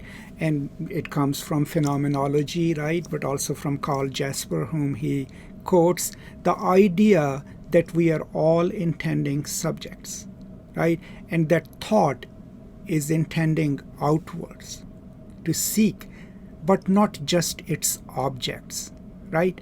It must understand things outside of itself. It becomes Jasperian when thought or the person thinking is conscious of the process of thinking itself, because the thought goes out and then comes back to you, and that's where reflection is born. Now, there's a slight shift here, okay, from the Cartesian thought, right? No, so the Cartesian split of mind and body was that thought must go inwards to seek the I, right? Here, the thought is outward tending, which is phenomenology, but what is at the crux of that intentionality is knowing, being consciousness of one's own consciousness. And that is something, what he says, is what problem-posing education must focus on, because he's going somewhere with that. Then he's going to the question of cognition versus transferal, right? So cognition, even if you understand it like through its dictionary meaning, is recognition, understanding something, right? Logically, in your mind, understanding something. Because it appeals to the cognitive abilities. We are all thinking beings. And if thought is outward tending, problem-posing education then focuses on cognition and not transferal, right? A transferal, we have already learned in the banking system of education, is when knowledge is transferred from the teacher to the students, and all the student needs to do in that kind of transferal is to internalize that knowledge and reproduce it. But when understanding and cognition is important, when student is acknowledged as a cognitive being and not as a passive recipient, then the knowledge that is shared collectively, right? Talked about collectively. And there is a dialogic relationship, there is a give and take. And because of that, one of the consequences of that is that dynamic, right, teachers of students and students of teacher that he talks about shifts, right? And it becomes teacher-student and student-teacher, which acknowledges at the very basis of that practice that the teacher can learn from the students too, and the students have something to teach to the students, right? So what kind of pedagogy would emerge out of it? A pedagogy that does not internalize this idea that I am a teacher, hence I have the right to treat my students as objects, and I am the fount of all knowledge. And all the students need to do is listen to me and reproduce what I tell them. Now, I talked about it in other lectures too, and I will link it to my brief video on these paternalistic modes of teaching that Mark Bracker talks about. And in that vocabulary, we call it the discourse of the master, right? And what is the discourse of the master? In which the teacher expects that he or she has all the knowledge and can carry the persona of a teacherly person, and the sole job of the students is to replicate the master, to perform like the master does, to learn things that the master knows, and hence that becomes the learning process. And that Freire, of course, would be absolutely opposed to. Now, where he concludes this is that in this process, arguments based on authority are no longer valid. You can't walk into a class and say, you must accept what I'm saying because I'm your teacher. No. The validity of any object that you are studying along with the students, a cognizable object that can be understood logically, the validity of problem-posing education is that the students must have a say in deciding it, right? What it is, how to approach it, too. And whatever you present in a class or bring about or discuss with your students as co-learners must be on the side of the freedom. It must not try to teach in a way that concretizes or solidifies the hierarchies that already exist. Now remember, the reason he's insisting on it is because he has already taught us about the hierarchical system, right, as it is established. And if the teacher maintains that relationship, right, then no matter how revolutionary the subject matter, that hierarchy, that frame of top and bottom, teacher and student, would constantly be invoked in a process of teaching, right? And then it would solidify that. So that is what, and hence the last words of this paragraph. cognizable objects which in banking education are owned by the teacher. Cognizable objects, any object of study which can be understood, which can be discussed, which can be broken apart, must become also the property of students so that they can collectively study them, whatever you are studying, and not remain the property of the teacher who must pass them down to the students. So this is, the beginning of theoretically explaining now the problem-posing system of education in opposition to the banking system that he has already explained at length. Let's go and read a little more, and then I'll come and talk about it. Banking concept, with its tendency to dichotomize everything, distinguishes two stages in the action of the educator. During the first, he cognizes a cognizable object while he prepares his lessons in his study or his laboratory. During the second, he expounds to his students about that object. The students are not called upon to know but to memorize the contents narrated by the teacher, nor do the students practice any act of cognition, since the object towards which that act should be directed is the property of the teacher rather than a medium evoking the critical reflection of both teacher and students. Hence, in the name of the preservation of culture and knowledge, we have a system which achieves neither true knowledge nor true culture. The problem-posing method does not dichotomize the activity of the teacher-student. She is not cognitive at one point and narrative at another. She is always cognitive, whether preparing a project or engaging in dialogue with the students. He does not regard cognizable objects as his private property, but as the object of reflection by himself and the students. In this way, the problem-posing educator constantly reforms his reflections in the reflection of the students. The students, no longer docile listeners, are now critical co-investigators in dialogue with the teacher. The teacher presents the material to the students for their consideration and reconsiders her earlier considerations as the students express their own. The role of the problem-posing educator is to create, together with the students, the conditions under which knowledge at the level of the doxa is superseded by true knowledge at the level of the logos. So we are still on the cognizable object, right?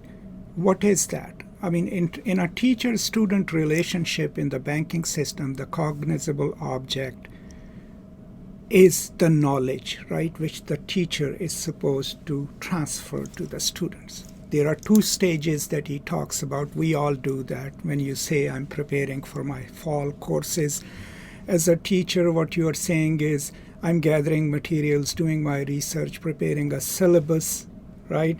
That's the first stage. You are learning the object of study.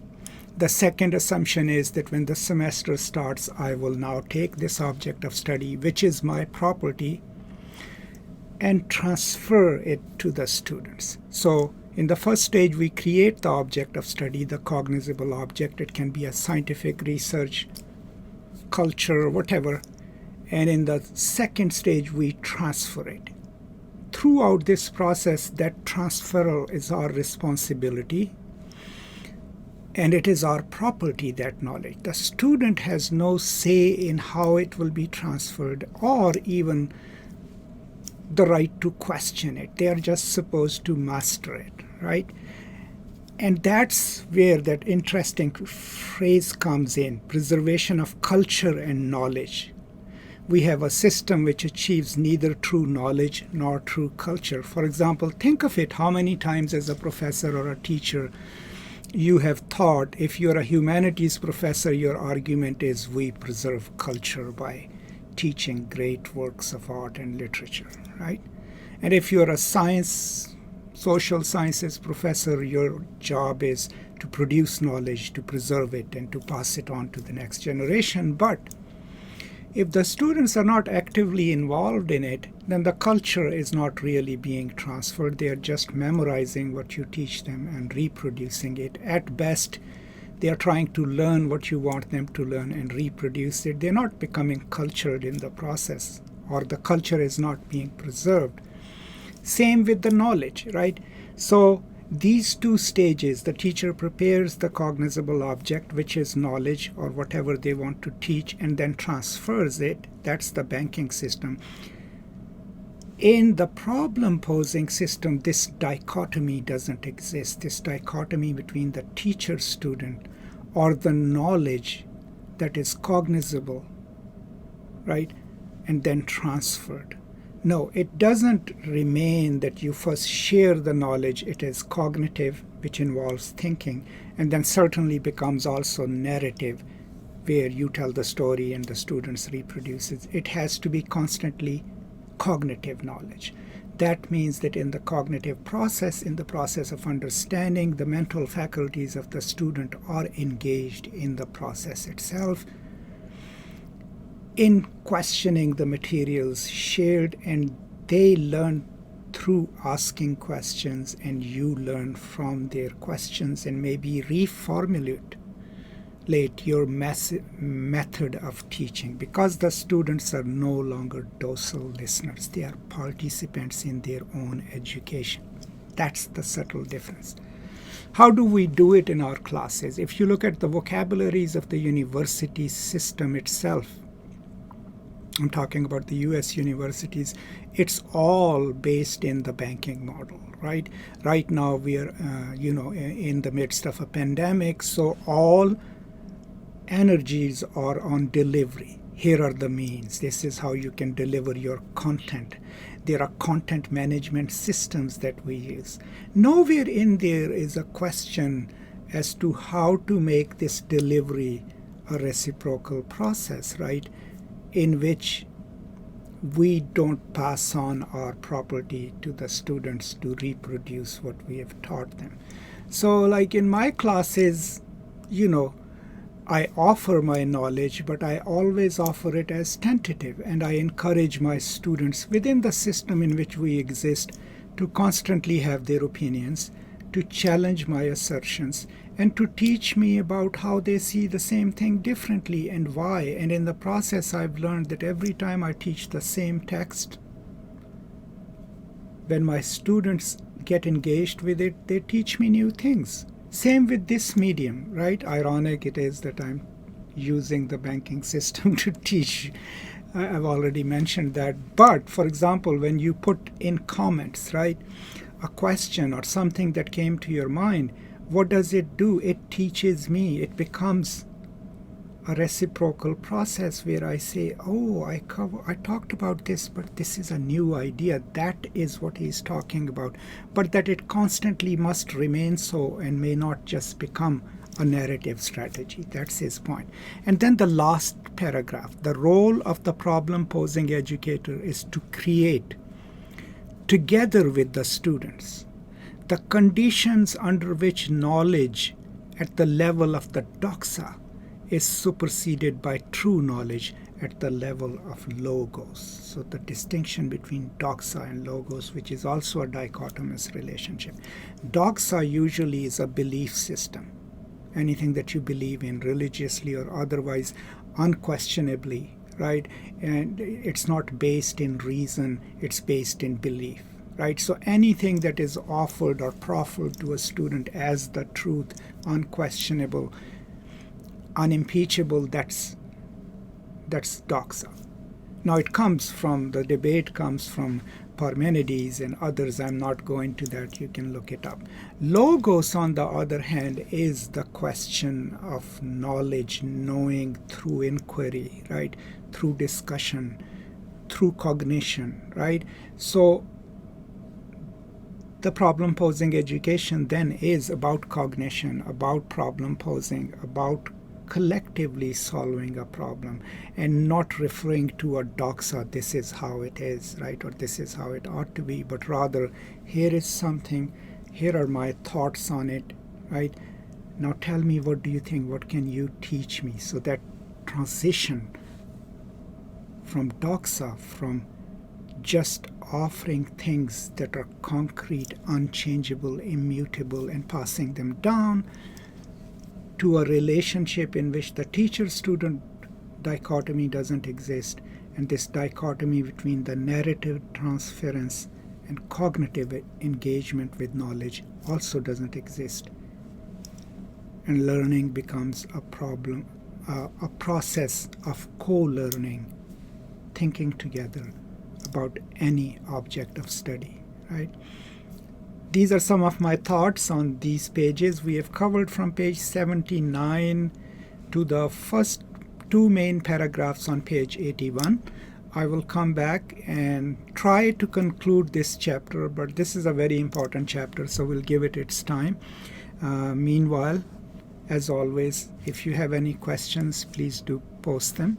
Send them my way, and I'll try to answer them. And to make it really a dialogic process, I would love to see your comments. And, I'll leave you with a question. What do you think, knowing all this by Freire, right? As students, scholars, people who live on this planet, how do you think it can help us in small ways or large ways to change our own behaviors, right? But then to change the world around us, transform it through praxis. Any ideas would be more than welcome. Thank you, and I will see you next time. And as always, peace and love. Hello, welcome to Postcolonial Space. I'm Masood Raja, and in this video I will continue my conversation about Paulo Freire's Pedagogy of the Oppressed.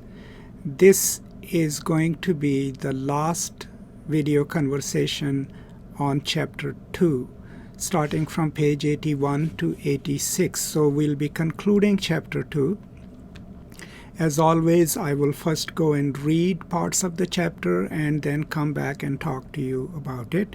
If you are new to this series, I highly recommend that you should watch all the other videos in this series before coming to this one, and you can see it up there and click on it and watch the previous videos.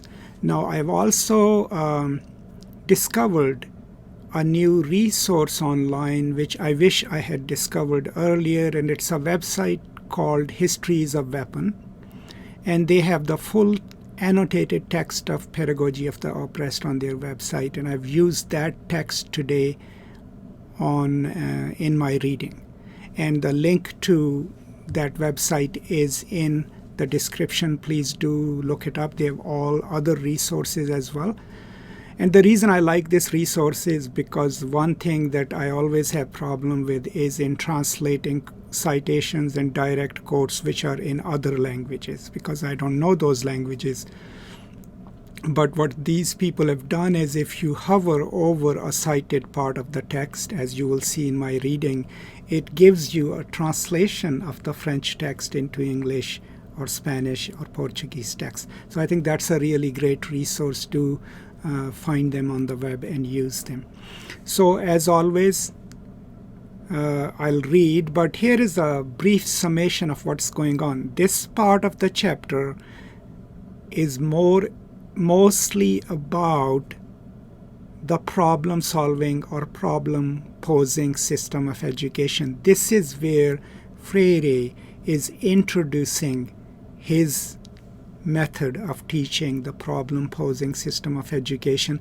It is still in comparison to the banking system, remember, because the banking system is the dominant system against which he's offering that.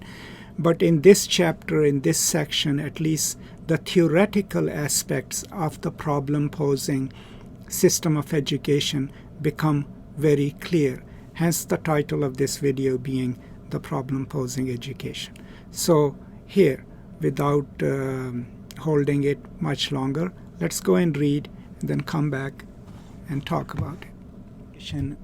Anesthetizes and inhibits creative power. Problem-posing education involves a constant unveiling of reality. The former attempts to maintain the submersion of consciousness. The latter strives for the emergence of consciousness and critical intervention in reality. Students, as they are increasingly posed with problems relating to themselves in the world and with the world, will feel increasingly challenged and obliged to respond to that challenge, because they apprehend the challenge as interrelated to other problems within a total context, not as a theoretical question. The resulting comprehension tends to be increasingly critical and thus constantly less alienated. Their response to the challenge evokes new challenges followed by new understandings, and gradually the students come to regard themselves as committed. Education as the practice of freedom, as opposed to education as the practice of domination, denies that man is abstract, isolated, independent, and unattached to the world. It also denies that the world exists as a reality apart from people. Authentic reflection considers neither abstract man nor the world without people, but people in their relations with the world. In these relations, consciousness and world are simultaneous. Consciousness neither precedes the world nor follows it. And here is a quote from Sartre, and this app allows me to translate it. Consciousness and the world are given in one blow. Essentially external to consciousness, the world is essentially relative to it. In one of our culture circles in Chile, the group was discussing, based on a codification, the anthropological concept of culture. In the midst of the discussion, a peasant who by banking standard was completely ignorant said, "Now I see that the earth without man there is no world. Now I see that without man there is no world." When the educator responded, "Let's say, for the sake of argument, that all men on earth were to die, but the earth itself remained, together with trees, birds, animals, rivers, seas, the stars. Wouldn't all this be a world?" "Oh no," the peasant replied emphatically, "there would be no one to say this is a world." The peasant wished to express the idea that there would be lacking the consciousness of the world, which necessarily implies the world of consciousness. I cannot exist without a non-I. In turn, the not-I depends on that existence. The world which brings consciousness into existence becomes the world of that consciousness. Hence the previously cited affirmation of Sartre, consciousness and the world are given of a same shot.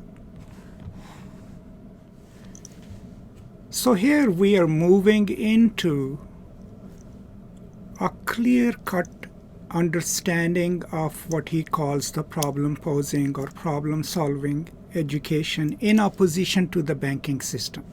And if you look at the very first passage I started with, what he says is that while the banking system inhibits creative power, right, the problem-posing system actually encourages it. How does it inhibit creative power? Because most of the effort in the banking system is placed in mastering the knowledge that is being passed down to you and then reproducing it, right? So there is no creativity involved in it. The students are not allowed to even infuse that knowledge with their own experiential information. They are just there to reproduce it. That's why it inhibits creativity. Now, this is not just some backwater little town, in Argentina. This happens in universities as well. Remember, I talked about the discourse of the master. Even at doctoral level of education, let's say in literary studies, if all we tell our students that these are the texts that you need to read for your specialization, there are criticisms of it, but master these, but discourage them to think the field itself anew, right? We are then inhibiting critical thinking and replacing it with this comprehension of the field itself, but within the limits that the field sets itself. So critical education then involves, first of all, understanding that knowledge is being shared in reality, right? And that one ought to start thinking critically to intervene in reality, right? And the banking system absolutely doesn't permit for that. The next that he goes into is then is the questions are problem posing education, right? So if we offer what we are teaching as a set of problems to be solved together by the teacher and the student, right, then the students get into the habit of looking at a problem, criticizing it, looking at it critically, and relating it to their own lived experience, right? And in the process then learn of the reality itself. How is it constructed? Why do the things mean the way they mean? And hence that, in his view, is connected to freedom. Now, there is a sentence there where he says that problem-posing education neither sees the world as abstract nor is about defining human beings in the abstract. So human beings are contingent. They live in the world, right? The question here is of consciousness. How does it emerge? So this is where he's now going using Husserl, right? The question of the intending subject is very prominent here. So first of all, you cannot come to consciousness in isolation as individual. So those mythologies of individual fighting for freedom and all is not going to work, because one aspect in which the banking system is crucial in defining who we are is by abstracting us from the world, by making us to think that we are all alone. No. Problem-posing education encourages solidarity. You work to understand the problem in a classroom and hence learn to understand the world collaboratively with other individuals. And you don't think that either the world creates consciousness or consciousness creates the world, which is Husserlian, but that consciousness and the world come together simultaneously. Right? We know of the world because we are in it, but we know of it because we are conscious of it. The world then becomes what our consciousness makes it so. That's Phenomenology 101, right? But that people are aware of it, right? So when he gives us the example of the peasant, now that's I don't know, did I read that in this paragraph? But I'll talk about it, and if I didn't read it, I'll come back to it. So the example of the peasant that he's giving while they were discussing the anthropological concept of culture, the anthropological concept of the culture comes in 1920s, which presupposes that culture, right, is a combination of different things, but all involve human presence in it. Right? Because culture in that sense is mastery of nature, right? So that practical example, right, what the peasant is saying and what the question is posed is and this is someone who would otherwise be considered ignorant, right? When the question is posed to him, what would it be if you and I didn't exist in the world? Would it still be a world? And his idea is the world is the world because we intend it, right? If we are not there to say it, who would know, right? In Urdu, we say, Jungle mein mor nacha kisne dekha, right? When the peacock, dances in the forest, if no one sees it, what's the point, right? It doesn't exist. So that's why that reference to that I need a not I to define myself. But without me, the not I can itself does not exist. So there is this correspondence between consciousness and reality, right? And that is why he goes back to Sartre, where this famous quote from Jean-Paul Sartre that consciousness and reality are produced simultaneously. One doesn't produce the other. They are there in the world together. Okay.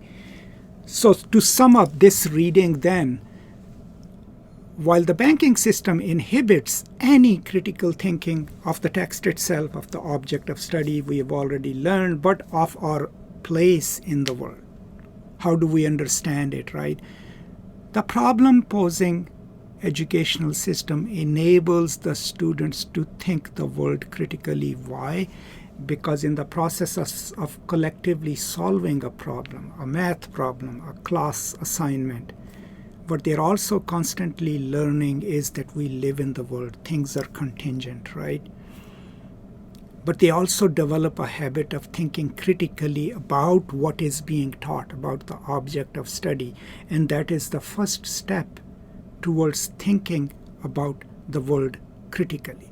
But also knowing that no one needs to teach us the idea that we live in the world.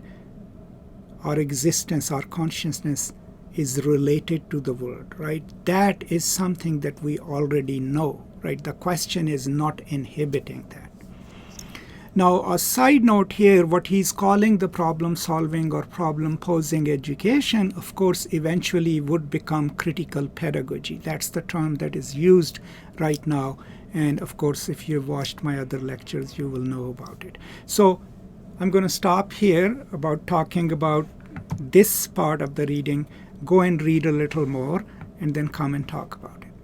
As women and men simultaneously reflecting on themselves and on the world increase the scope of their perception, they begin to direct their observations towards previously inconspicuous phenomena. And this is a quote from Husserl, and I read, "In perception properly so called as an explicit awareness, I am turned towards the object, to the paper for instance. I apprehend it as being this here and now.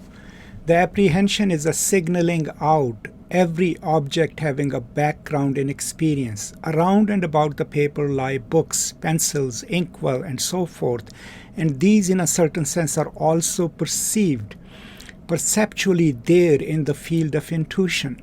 But whilst I was turned towards the paper, there was no turning in their direction, nor any apprehending of them, not even in a secondary sense. They appeared and yet were not singled out, were not posited on their own account. Every perception of a thing has such a zone of background intuitions or background awareness. If intuiting already includes the state of being turned towards, and this also is a conscious experience, or more briefly, a consciousness of all, indeed, that in point of fact lies in the co-perceived objective background." End of quote. That which had existed objectively but had not been perceived in its deeper implications, if it was perceived at all, begins to stand out, assuming the character of a problem and therefore of challenge. Thus, men and women begin to single out elements from their background awareness and to reflect upon them. These elements are now objects of their consideration and as such objects of their action and cognition. In problem-posing education, people develop their power to perceive critically the way they exist in the world with which and in which they find themselves. They come to see the world not as a static reality, but as a reality in process, in transformation. Although the dialectical relations of women and men with the world exist independently of how these relations are perceived, or whether or not they are perceived at all, it is also true that the form of action they adopt is to a large extent a function of how they perceive themselves in the world. Hence, the teacher-student and the student-teachers reflect simultaneously on themselves and the world without dichotomizing this reflection from action, and thus establish an authentic form of thought and action. Once again, the two educational concepts and practices under analysis come into conflict. Banking education, for obvious reason, attempts by mythicizing reality to conceal certain facts which explain the way human beings exist in the world. Problem-posing education sets itself the task of demythologizing. Banking education resists dialogue. Problem-posing education regards dialogue as indispensable to the act of cognition which unveils reality. Banking education treats students as objects of assistance. Problem-posing education makes them critical thinkers. Banking education inhibits creativity and domesticates although it cannot completely destroy the intentionality of consciousness by isolating consciousness from the world, thereby denying people their ontological and historical vocation of becoming more fully human. Problem-posing education bases itself on creativity and stimulates true reflection and action upon reality, thereby responding to the vocation of persons as beings who are authentic only when engaged in inquiry and creative transformation. In sum, banking theory and practice, as immobilizing and fixating forces, fail to acknowledge men and women as historical beings. Problem-posing theory and practice take the people's historicity as their starting point. So there is a lot going on in these passages. Okay, so first of all, we're talking about the problem-posing education, and since it encourages people to reflect, men and women to reflect on the object of study, but also the world around it, that gives them the habit of critical thinking. That's why he's going to Husserl. That complex passage that we just read from Husserl, all it means is that in the process of perception, absence becomes part of the perception. Even though I am looking at the object that I must have intended, you, but I'm also constantly aware of intuitively things that are behind my back. I always use this example in order to explain how absence is present in our perception. Now, when I show this to you, this is a book, right? You know it, you perceive it, you intend it. But if I show you this, even though you cannot see this part, this part, this part, you only see a spine. The reason you still think of a book and perceive this as a book is because these absences are part of your perception, right? So what he's saying is that most of the time we human beings live in the world and make sense of it and live in it with this intuitive knowledge of the larger structures in which we exist. And the only reason we don't think critically of those is because the educational system or the system of belief doesn't encourage us to. So what does it lead to? Fatalism. We resign to our location in the world as we are. So when women and men, they simultaneously reflect on themselves and on the world, when we take away that dichotomy of self and the world, then those objective, intuitive truths that surround them start factoring in their thinking the world, right? And the problem-posing education is the one that enables them to do that. The banking system would detach them from the world and tell them, here, learn these skills and you will be successful, right? That's all we are teaching them. So hence we're not teaching them that they exist in the world and they need to think the world critically. Now think of it this way. This is happening right now in American schools. If you get a degree in education, what do they teach you? Right? How to perform well within the law in which you are going to educate the children. That's what certifications are for.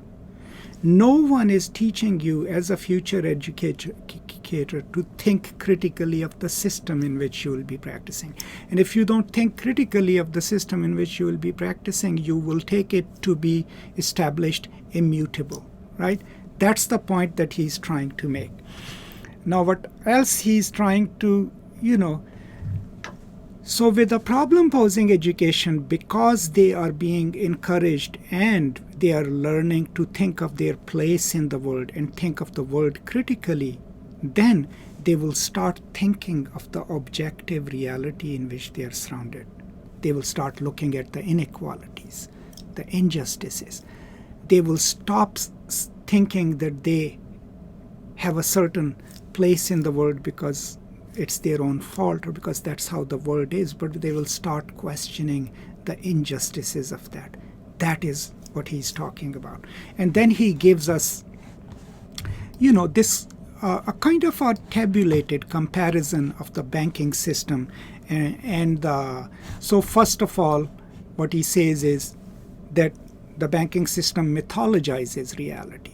What does it mean, right? Well, if it mythologizes reality, what it then means is that reality as exists, our place in it is already decided, right? We take it as granted. This is my place in this world. This is who I am. I'm a peasant. I'm a worker, right? And I need to get these skills to succeed in the world. That's the mythologization. It can also be done through ideology, through religion, right? The function of the problem-posing education is to demythologize, to teach, to think critically about ourselves, about the educational materials and the world, and to learn that no, the world as it is, God didn't create this world like that, right? We humans created it. That's the anthropological view of the culture. And if humans have created it, it can be made better. Then he goes, the banking system resists dialogue. It doesn't want a dialogic mode of education, especially a dialogue in which there is a teacher-student correspondence and relationship instead of the hierarchy, right? Because if dialogue is allowed, then the students would be allowed to speak what they think. And so that hierarchy, established hierarchy, will be disturbed. So that's why the problem-solving or problem-posing system encourages dialogue, a conversation. Now, we already know that the banking system treats students as objects of assistance. These are the people they don't know. We ought to teach them. We ought to cater to them, right?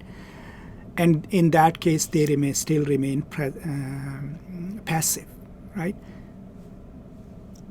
The problem-posing system, on the other hand, makes them critical thinkers of what is being taught, but critical thinkers, by extension, of the world in which they live. Because remember, the consciousness and the world go hand in hand. One determines the other determines one back. There is no first consciousness, then the world, right? And there can be no world without consciousness anyway, because as we learned, no one will be there to talk about it. Then, the banking system, of course, we already know inhibits creativity, right? And domesticates thought. Inhibits creativity how? By just teaching the text and encouraging students to just master that and not relate the text to the world or to their own lives, right? And not to question it. And that is an act of domestication, because you're just mastering the text and reproducing it.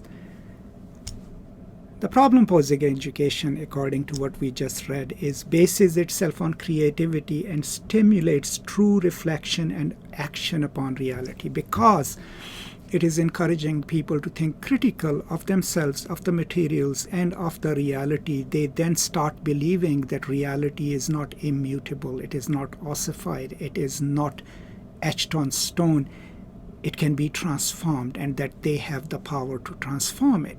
But in order to think that, they first have to at least make an attempt to think that what is being taught to them, they have a say in receiving it, they have a say in challenging its assumptions, right? So the beginning is all critical thinking. And finally, what he says is that the banking system fails to acknowledge men and women as historical beings. What does it mean? By insisting that here are certain knowledges that we need to impart to everyone within this school system, and if they master it, they would become cogs in whatever capitalistic machine they work. What is eliminated in the process, that men and women can have particular historical experiences, and that if they are historical beings, then they are agents, and if they are agents, they can change the world in which they live. That possibility doesn't exist in the banking system, because all we are producing in the banking systems are people with sufficient skills to function in the world as objects, right? As those who perform certain tasks and don't have any volition beyond that. The problem-posing education takes the people's historicity as their starting point. Why? because people exist in history. They exist in the world. So when we educate, when we co-learn, first and foremost, we relate the learning experience to the world in which students live, in which teachers live, so that they can think of it contingently, because only then they can learn of their own exploitation. Now, slightly on a side note, how it was done, I mean, think of the colonies, the former colonies, and I have several lectures on the educational system there. People were being trained to be good clerks. They were being trained to reproduce things, but also they were being taught things that were totally detached from their reality. You know, every student from the former British Empire had to learn Wordsworth daffodils. Daffodils don't grow, you know, in Pakistan. Now they grow because people transplanted them. So what was happening was they were learning aesthetically to love a flower that they had no idea about. How would we make that more pertinent to the students, right? By teaching them about poems about the flowers in their own country, by showing them what beautiful things exist in their own culture, right? Now that would make them think of their world, the things that are growing around their villages, that their mothers and grandmothers plant, are also beautiful, right? And that would make them reflect on the world in which they exist. But the banking system would make the mastery of a foreign poem about an exotic flower in itself an activity worthy of reproduction in an exam, in a test, right? And that's what, if your upward mobility is connected to learning things that have nothing to say about your culture, I mean, then one chance is you will not think critically of your own life because you're too busy learning the ways of the masters so that you can rise. These are some of the things that he's talking about. We are approaching the end of the chapter, right? And now we are getting a clear comparison of the banking system and its ramifications, right? And the possibilities of the problem-posing education. So I will now read the last paragraph of chapter 2 and then come back and conclude our conversation. Problem-posing education affirms men and women as beings in the process of becoming, as unfinished, uncompleted beings in and with a likewise unfinished reality. Indeed, in contrast to other animals who are unfinished but not historical, people know themselves to be unfinished. They are aware of their incompletion. In this incompletion and this awareness lie the very roots of education as an exclusively human manifestation. The unfinished character of human beings and the transformational character of reality necessitate that education be an ongoing activity. Education is thus constantly remade in the praxis. In order to be, it must become. Its duration, in the Bergsonian meaning of the word, is found in the interplay of the opposites, permanence and change. The banking method emphasizes permanence and becomes reactionary. Problem-posing education, which accepts neither a well-behaved present nor a predetermined future, roots itself in the dynamic present and becomes revolutionary. Problem-posing education is revolutionary futurity. Hence, it is a prophetic and as such hopeful. Hence, it corresponds to the historical nature of humankind. Hence, it affirms women and men as beings who transcend themselves, who move forward and look ahead, for whom immobility represents a fatal threat, for whom looking at the past must only be a means of understanding more clearly what and who they are so that they can more wisely build the future. Hence, it identifies with the movement which engages people as beings aware of their incompletion, an historical movement which has its point of departure, its subjects, and its objective. The point of departure of the movement lies in the people themselves. But since people do not exist apart from the world, apart from reality, the movement must begin with the human-world relationship.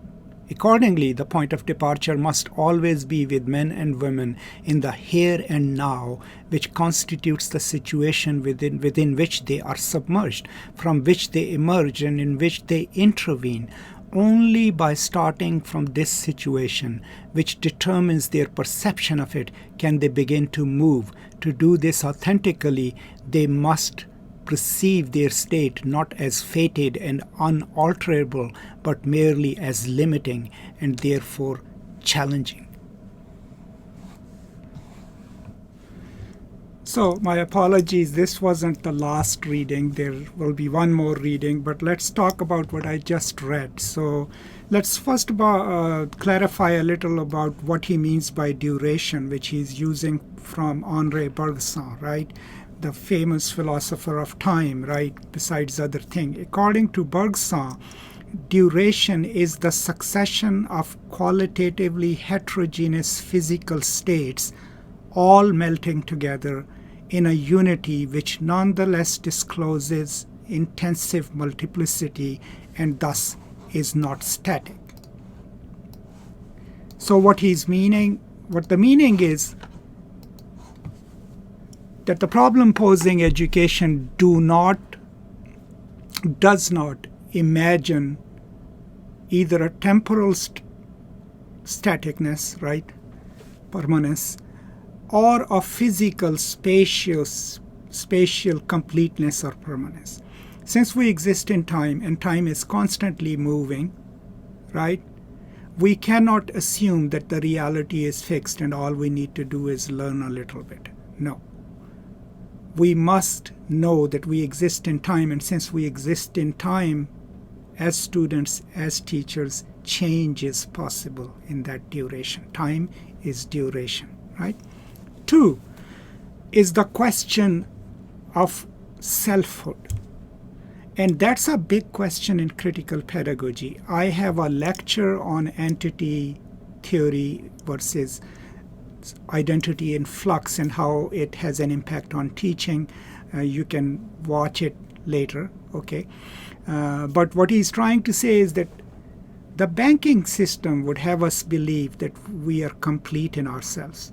Because if we buy into that idea, then if we are completed entities, then our identity is fixed. And if our identity is fixed, then if I'm a peasant, I'm a peasant. I can't change that, right? If I'm a worker, I'm a worker. I can't change that. If I will accept the permanence of my own social identity as fixed, as lapidary, as etched, then I will also buy into the hierarchy that exists, right? So we exist in time and things change in time because things are not immutable. They are in a movement, right? 2, there is a possibility that we constantly can change ourselves and renew ourselves. And that is part of the problem-posing education, because if we can believe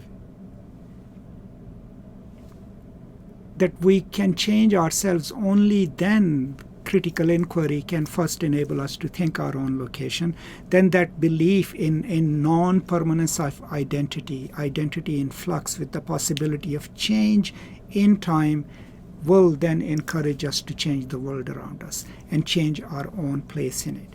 While the banking system, according to Freire, doesn't encourage that because it discourages critical thinking and forces in a way or encourages us to think that things are as they are, by focusing more on impermanence and movement of time, and by realizing that we are constantly seeking our betterment. We are not complete, and the more we work on the self in the world, the better we get.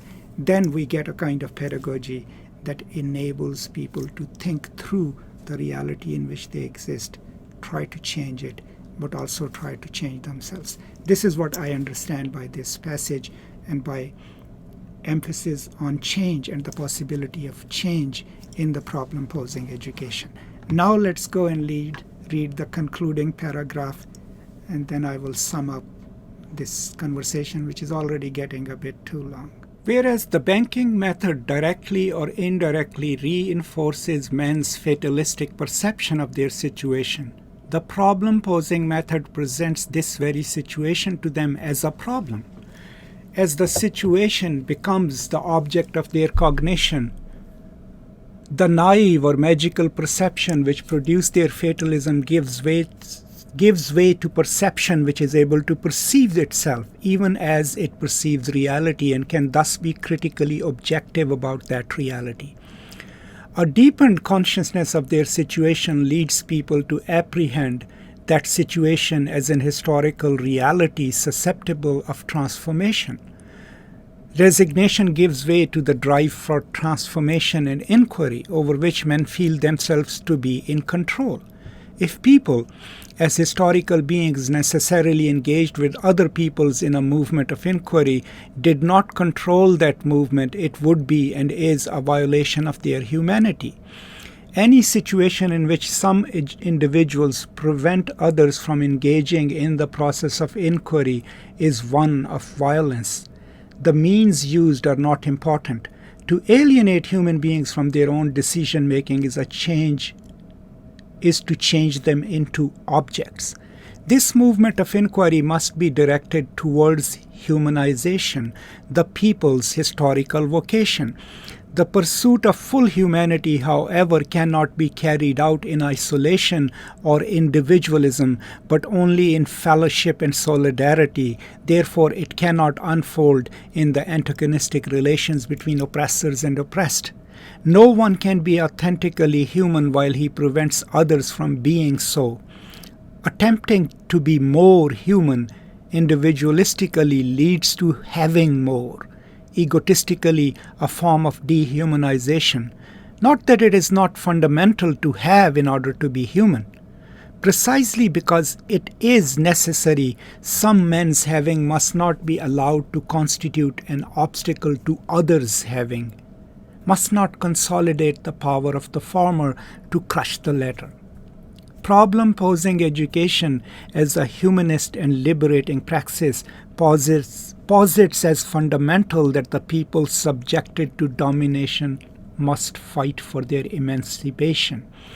To that end, it enables teachers and students to become subjects of the educational process by overcoming authoritarianism and an alienating intellectualism.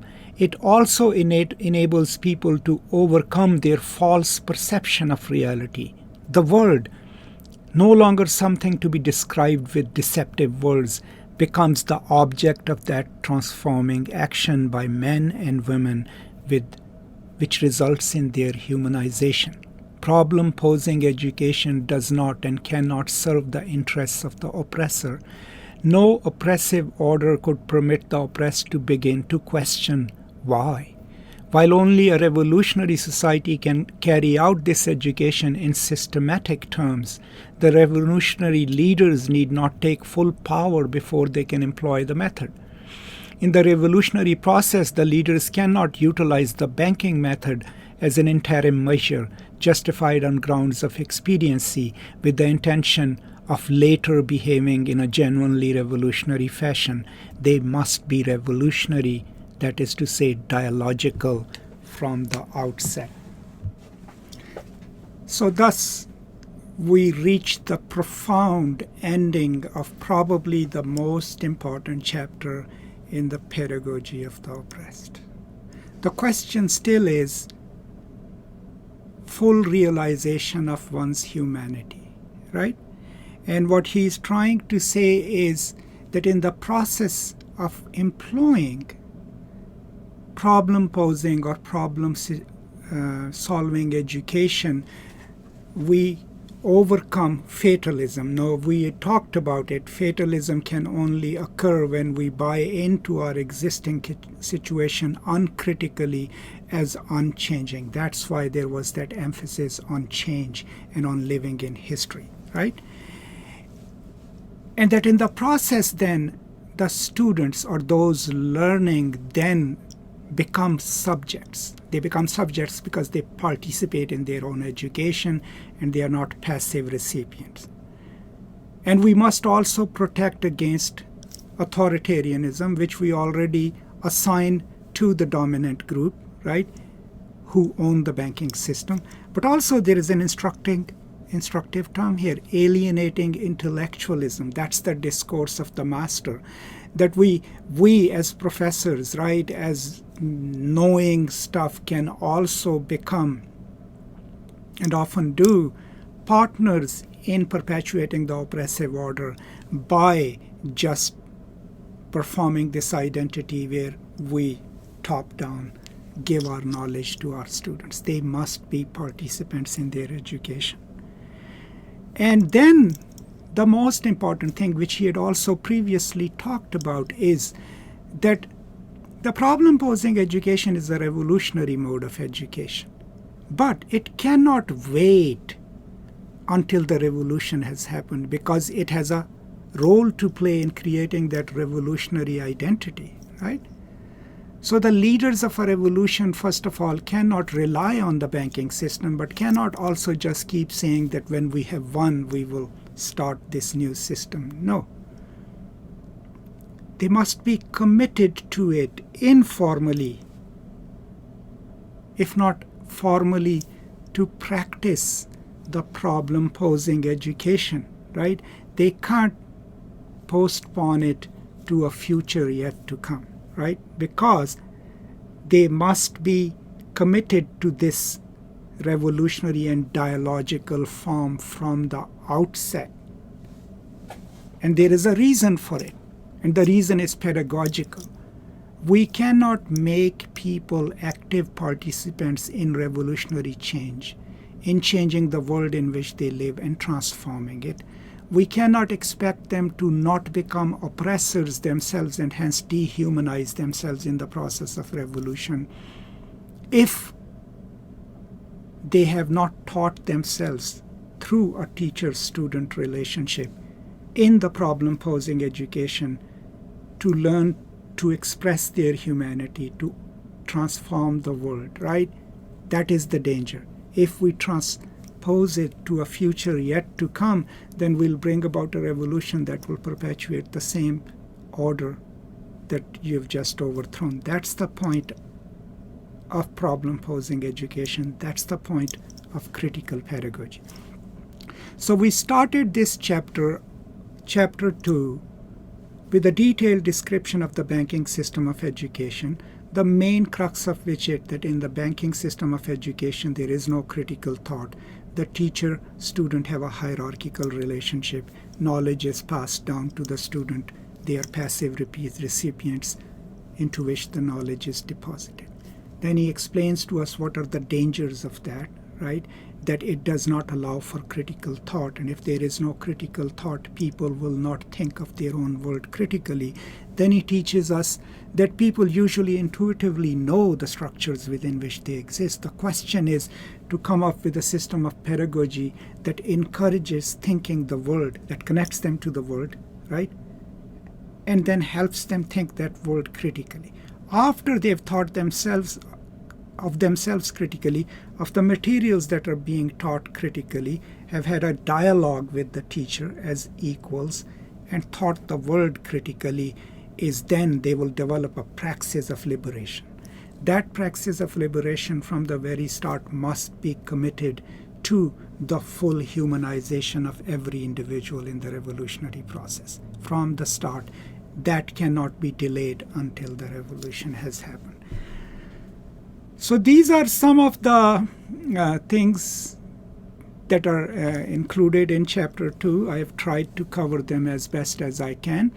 I again apologize for the pedagogical medium that I am using, because we're talking about learning together, but here I am lecturing through a video, but that cannot be helped. I'm still trying to share my ideas, and I hope to hear from you. The best way you can make this more dialogic is by commenting on these videos and by watching all the videos on this subject. Now what I will do after this, posting this video, is I will combine all the video lectures and conversations, let's not call them lectures, in one, and upload it so that if you want to watch them in one go without interruptions, you can do that.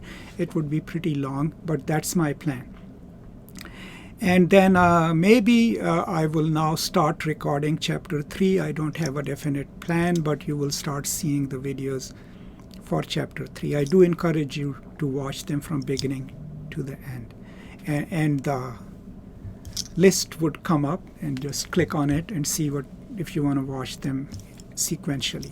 That's all. Thank you so much for your time, and I'll see you next time. And until then, as always, peace and love.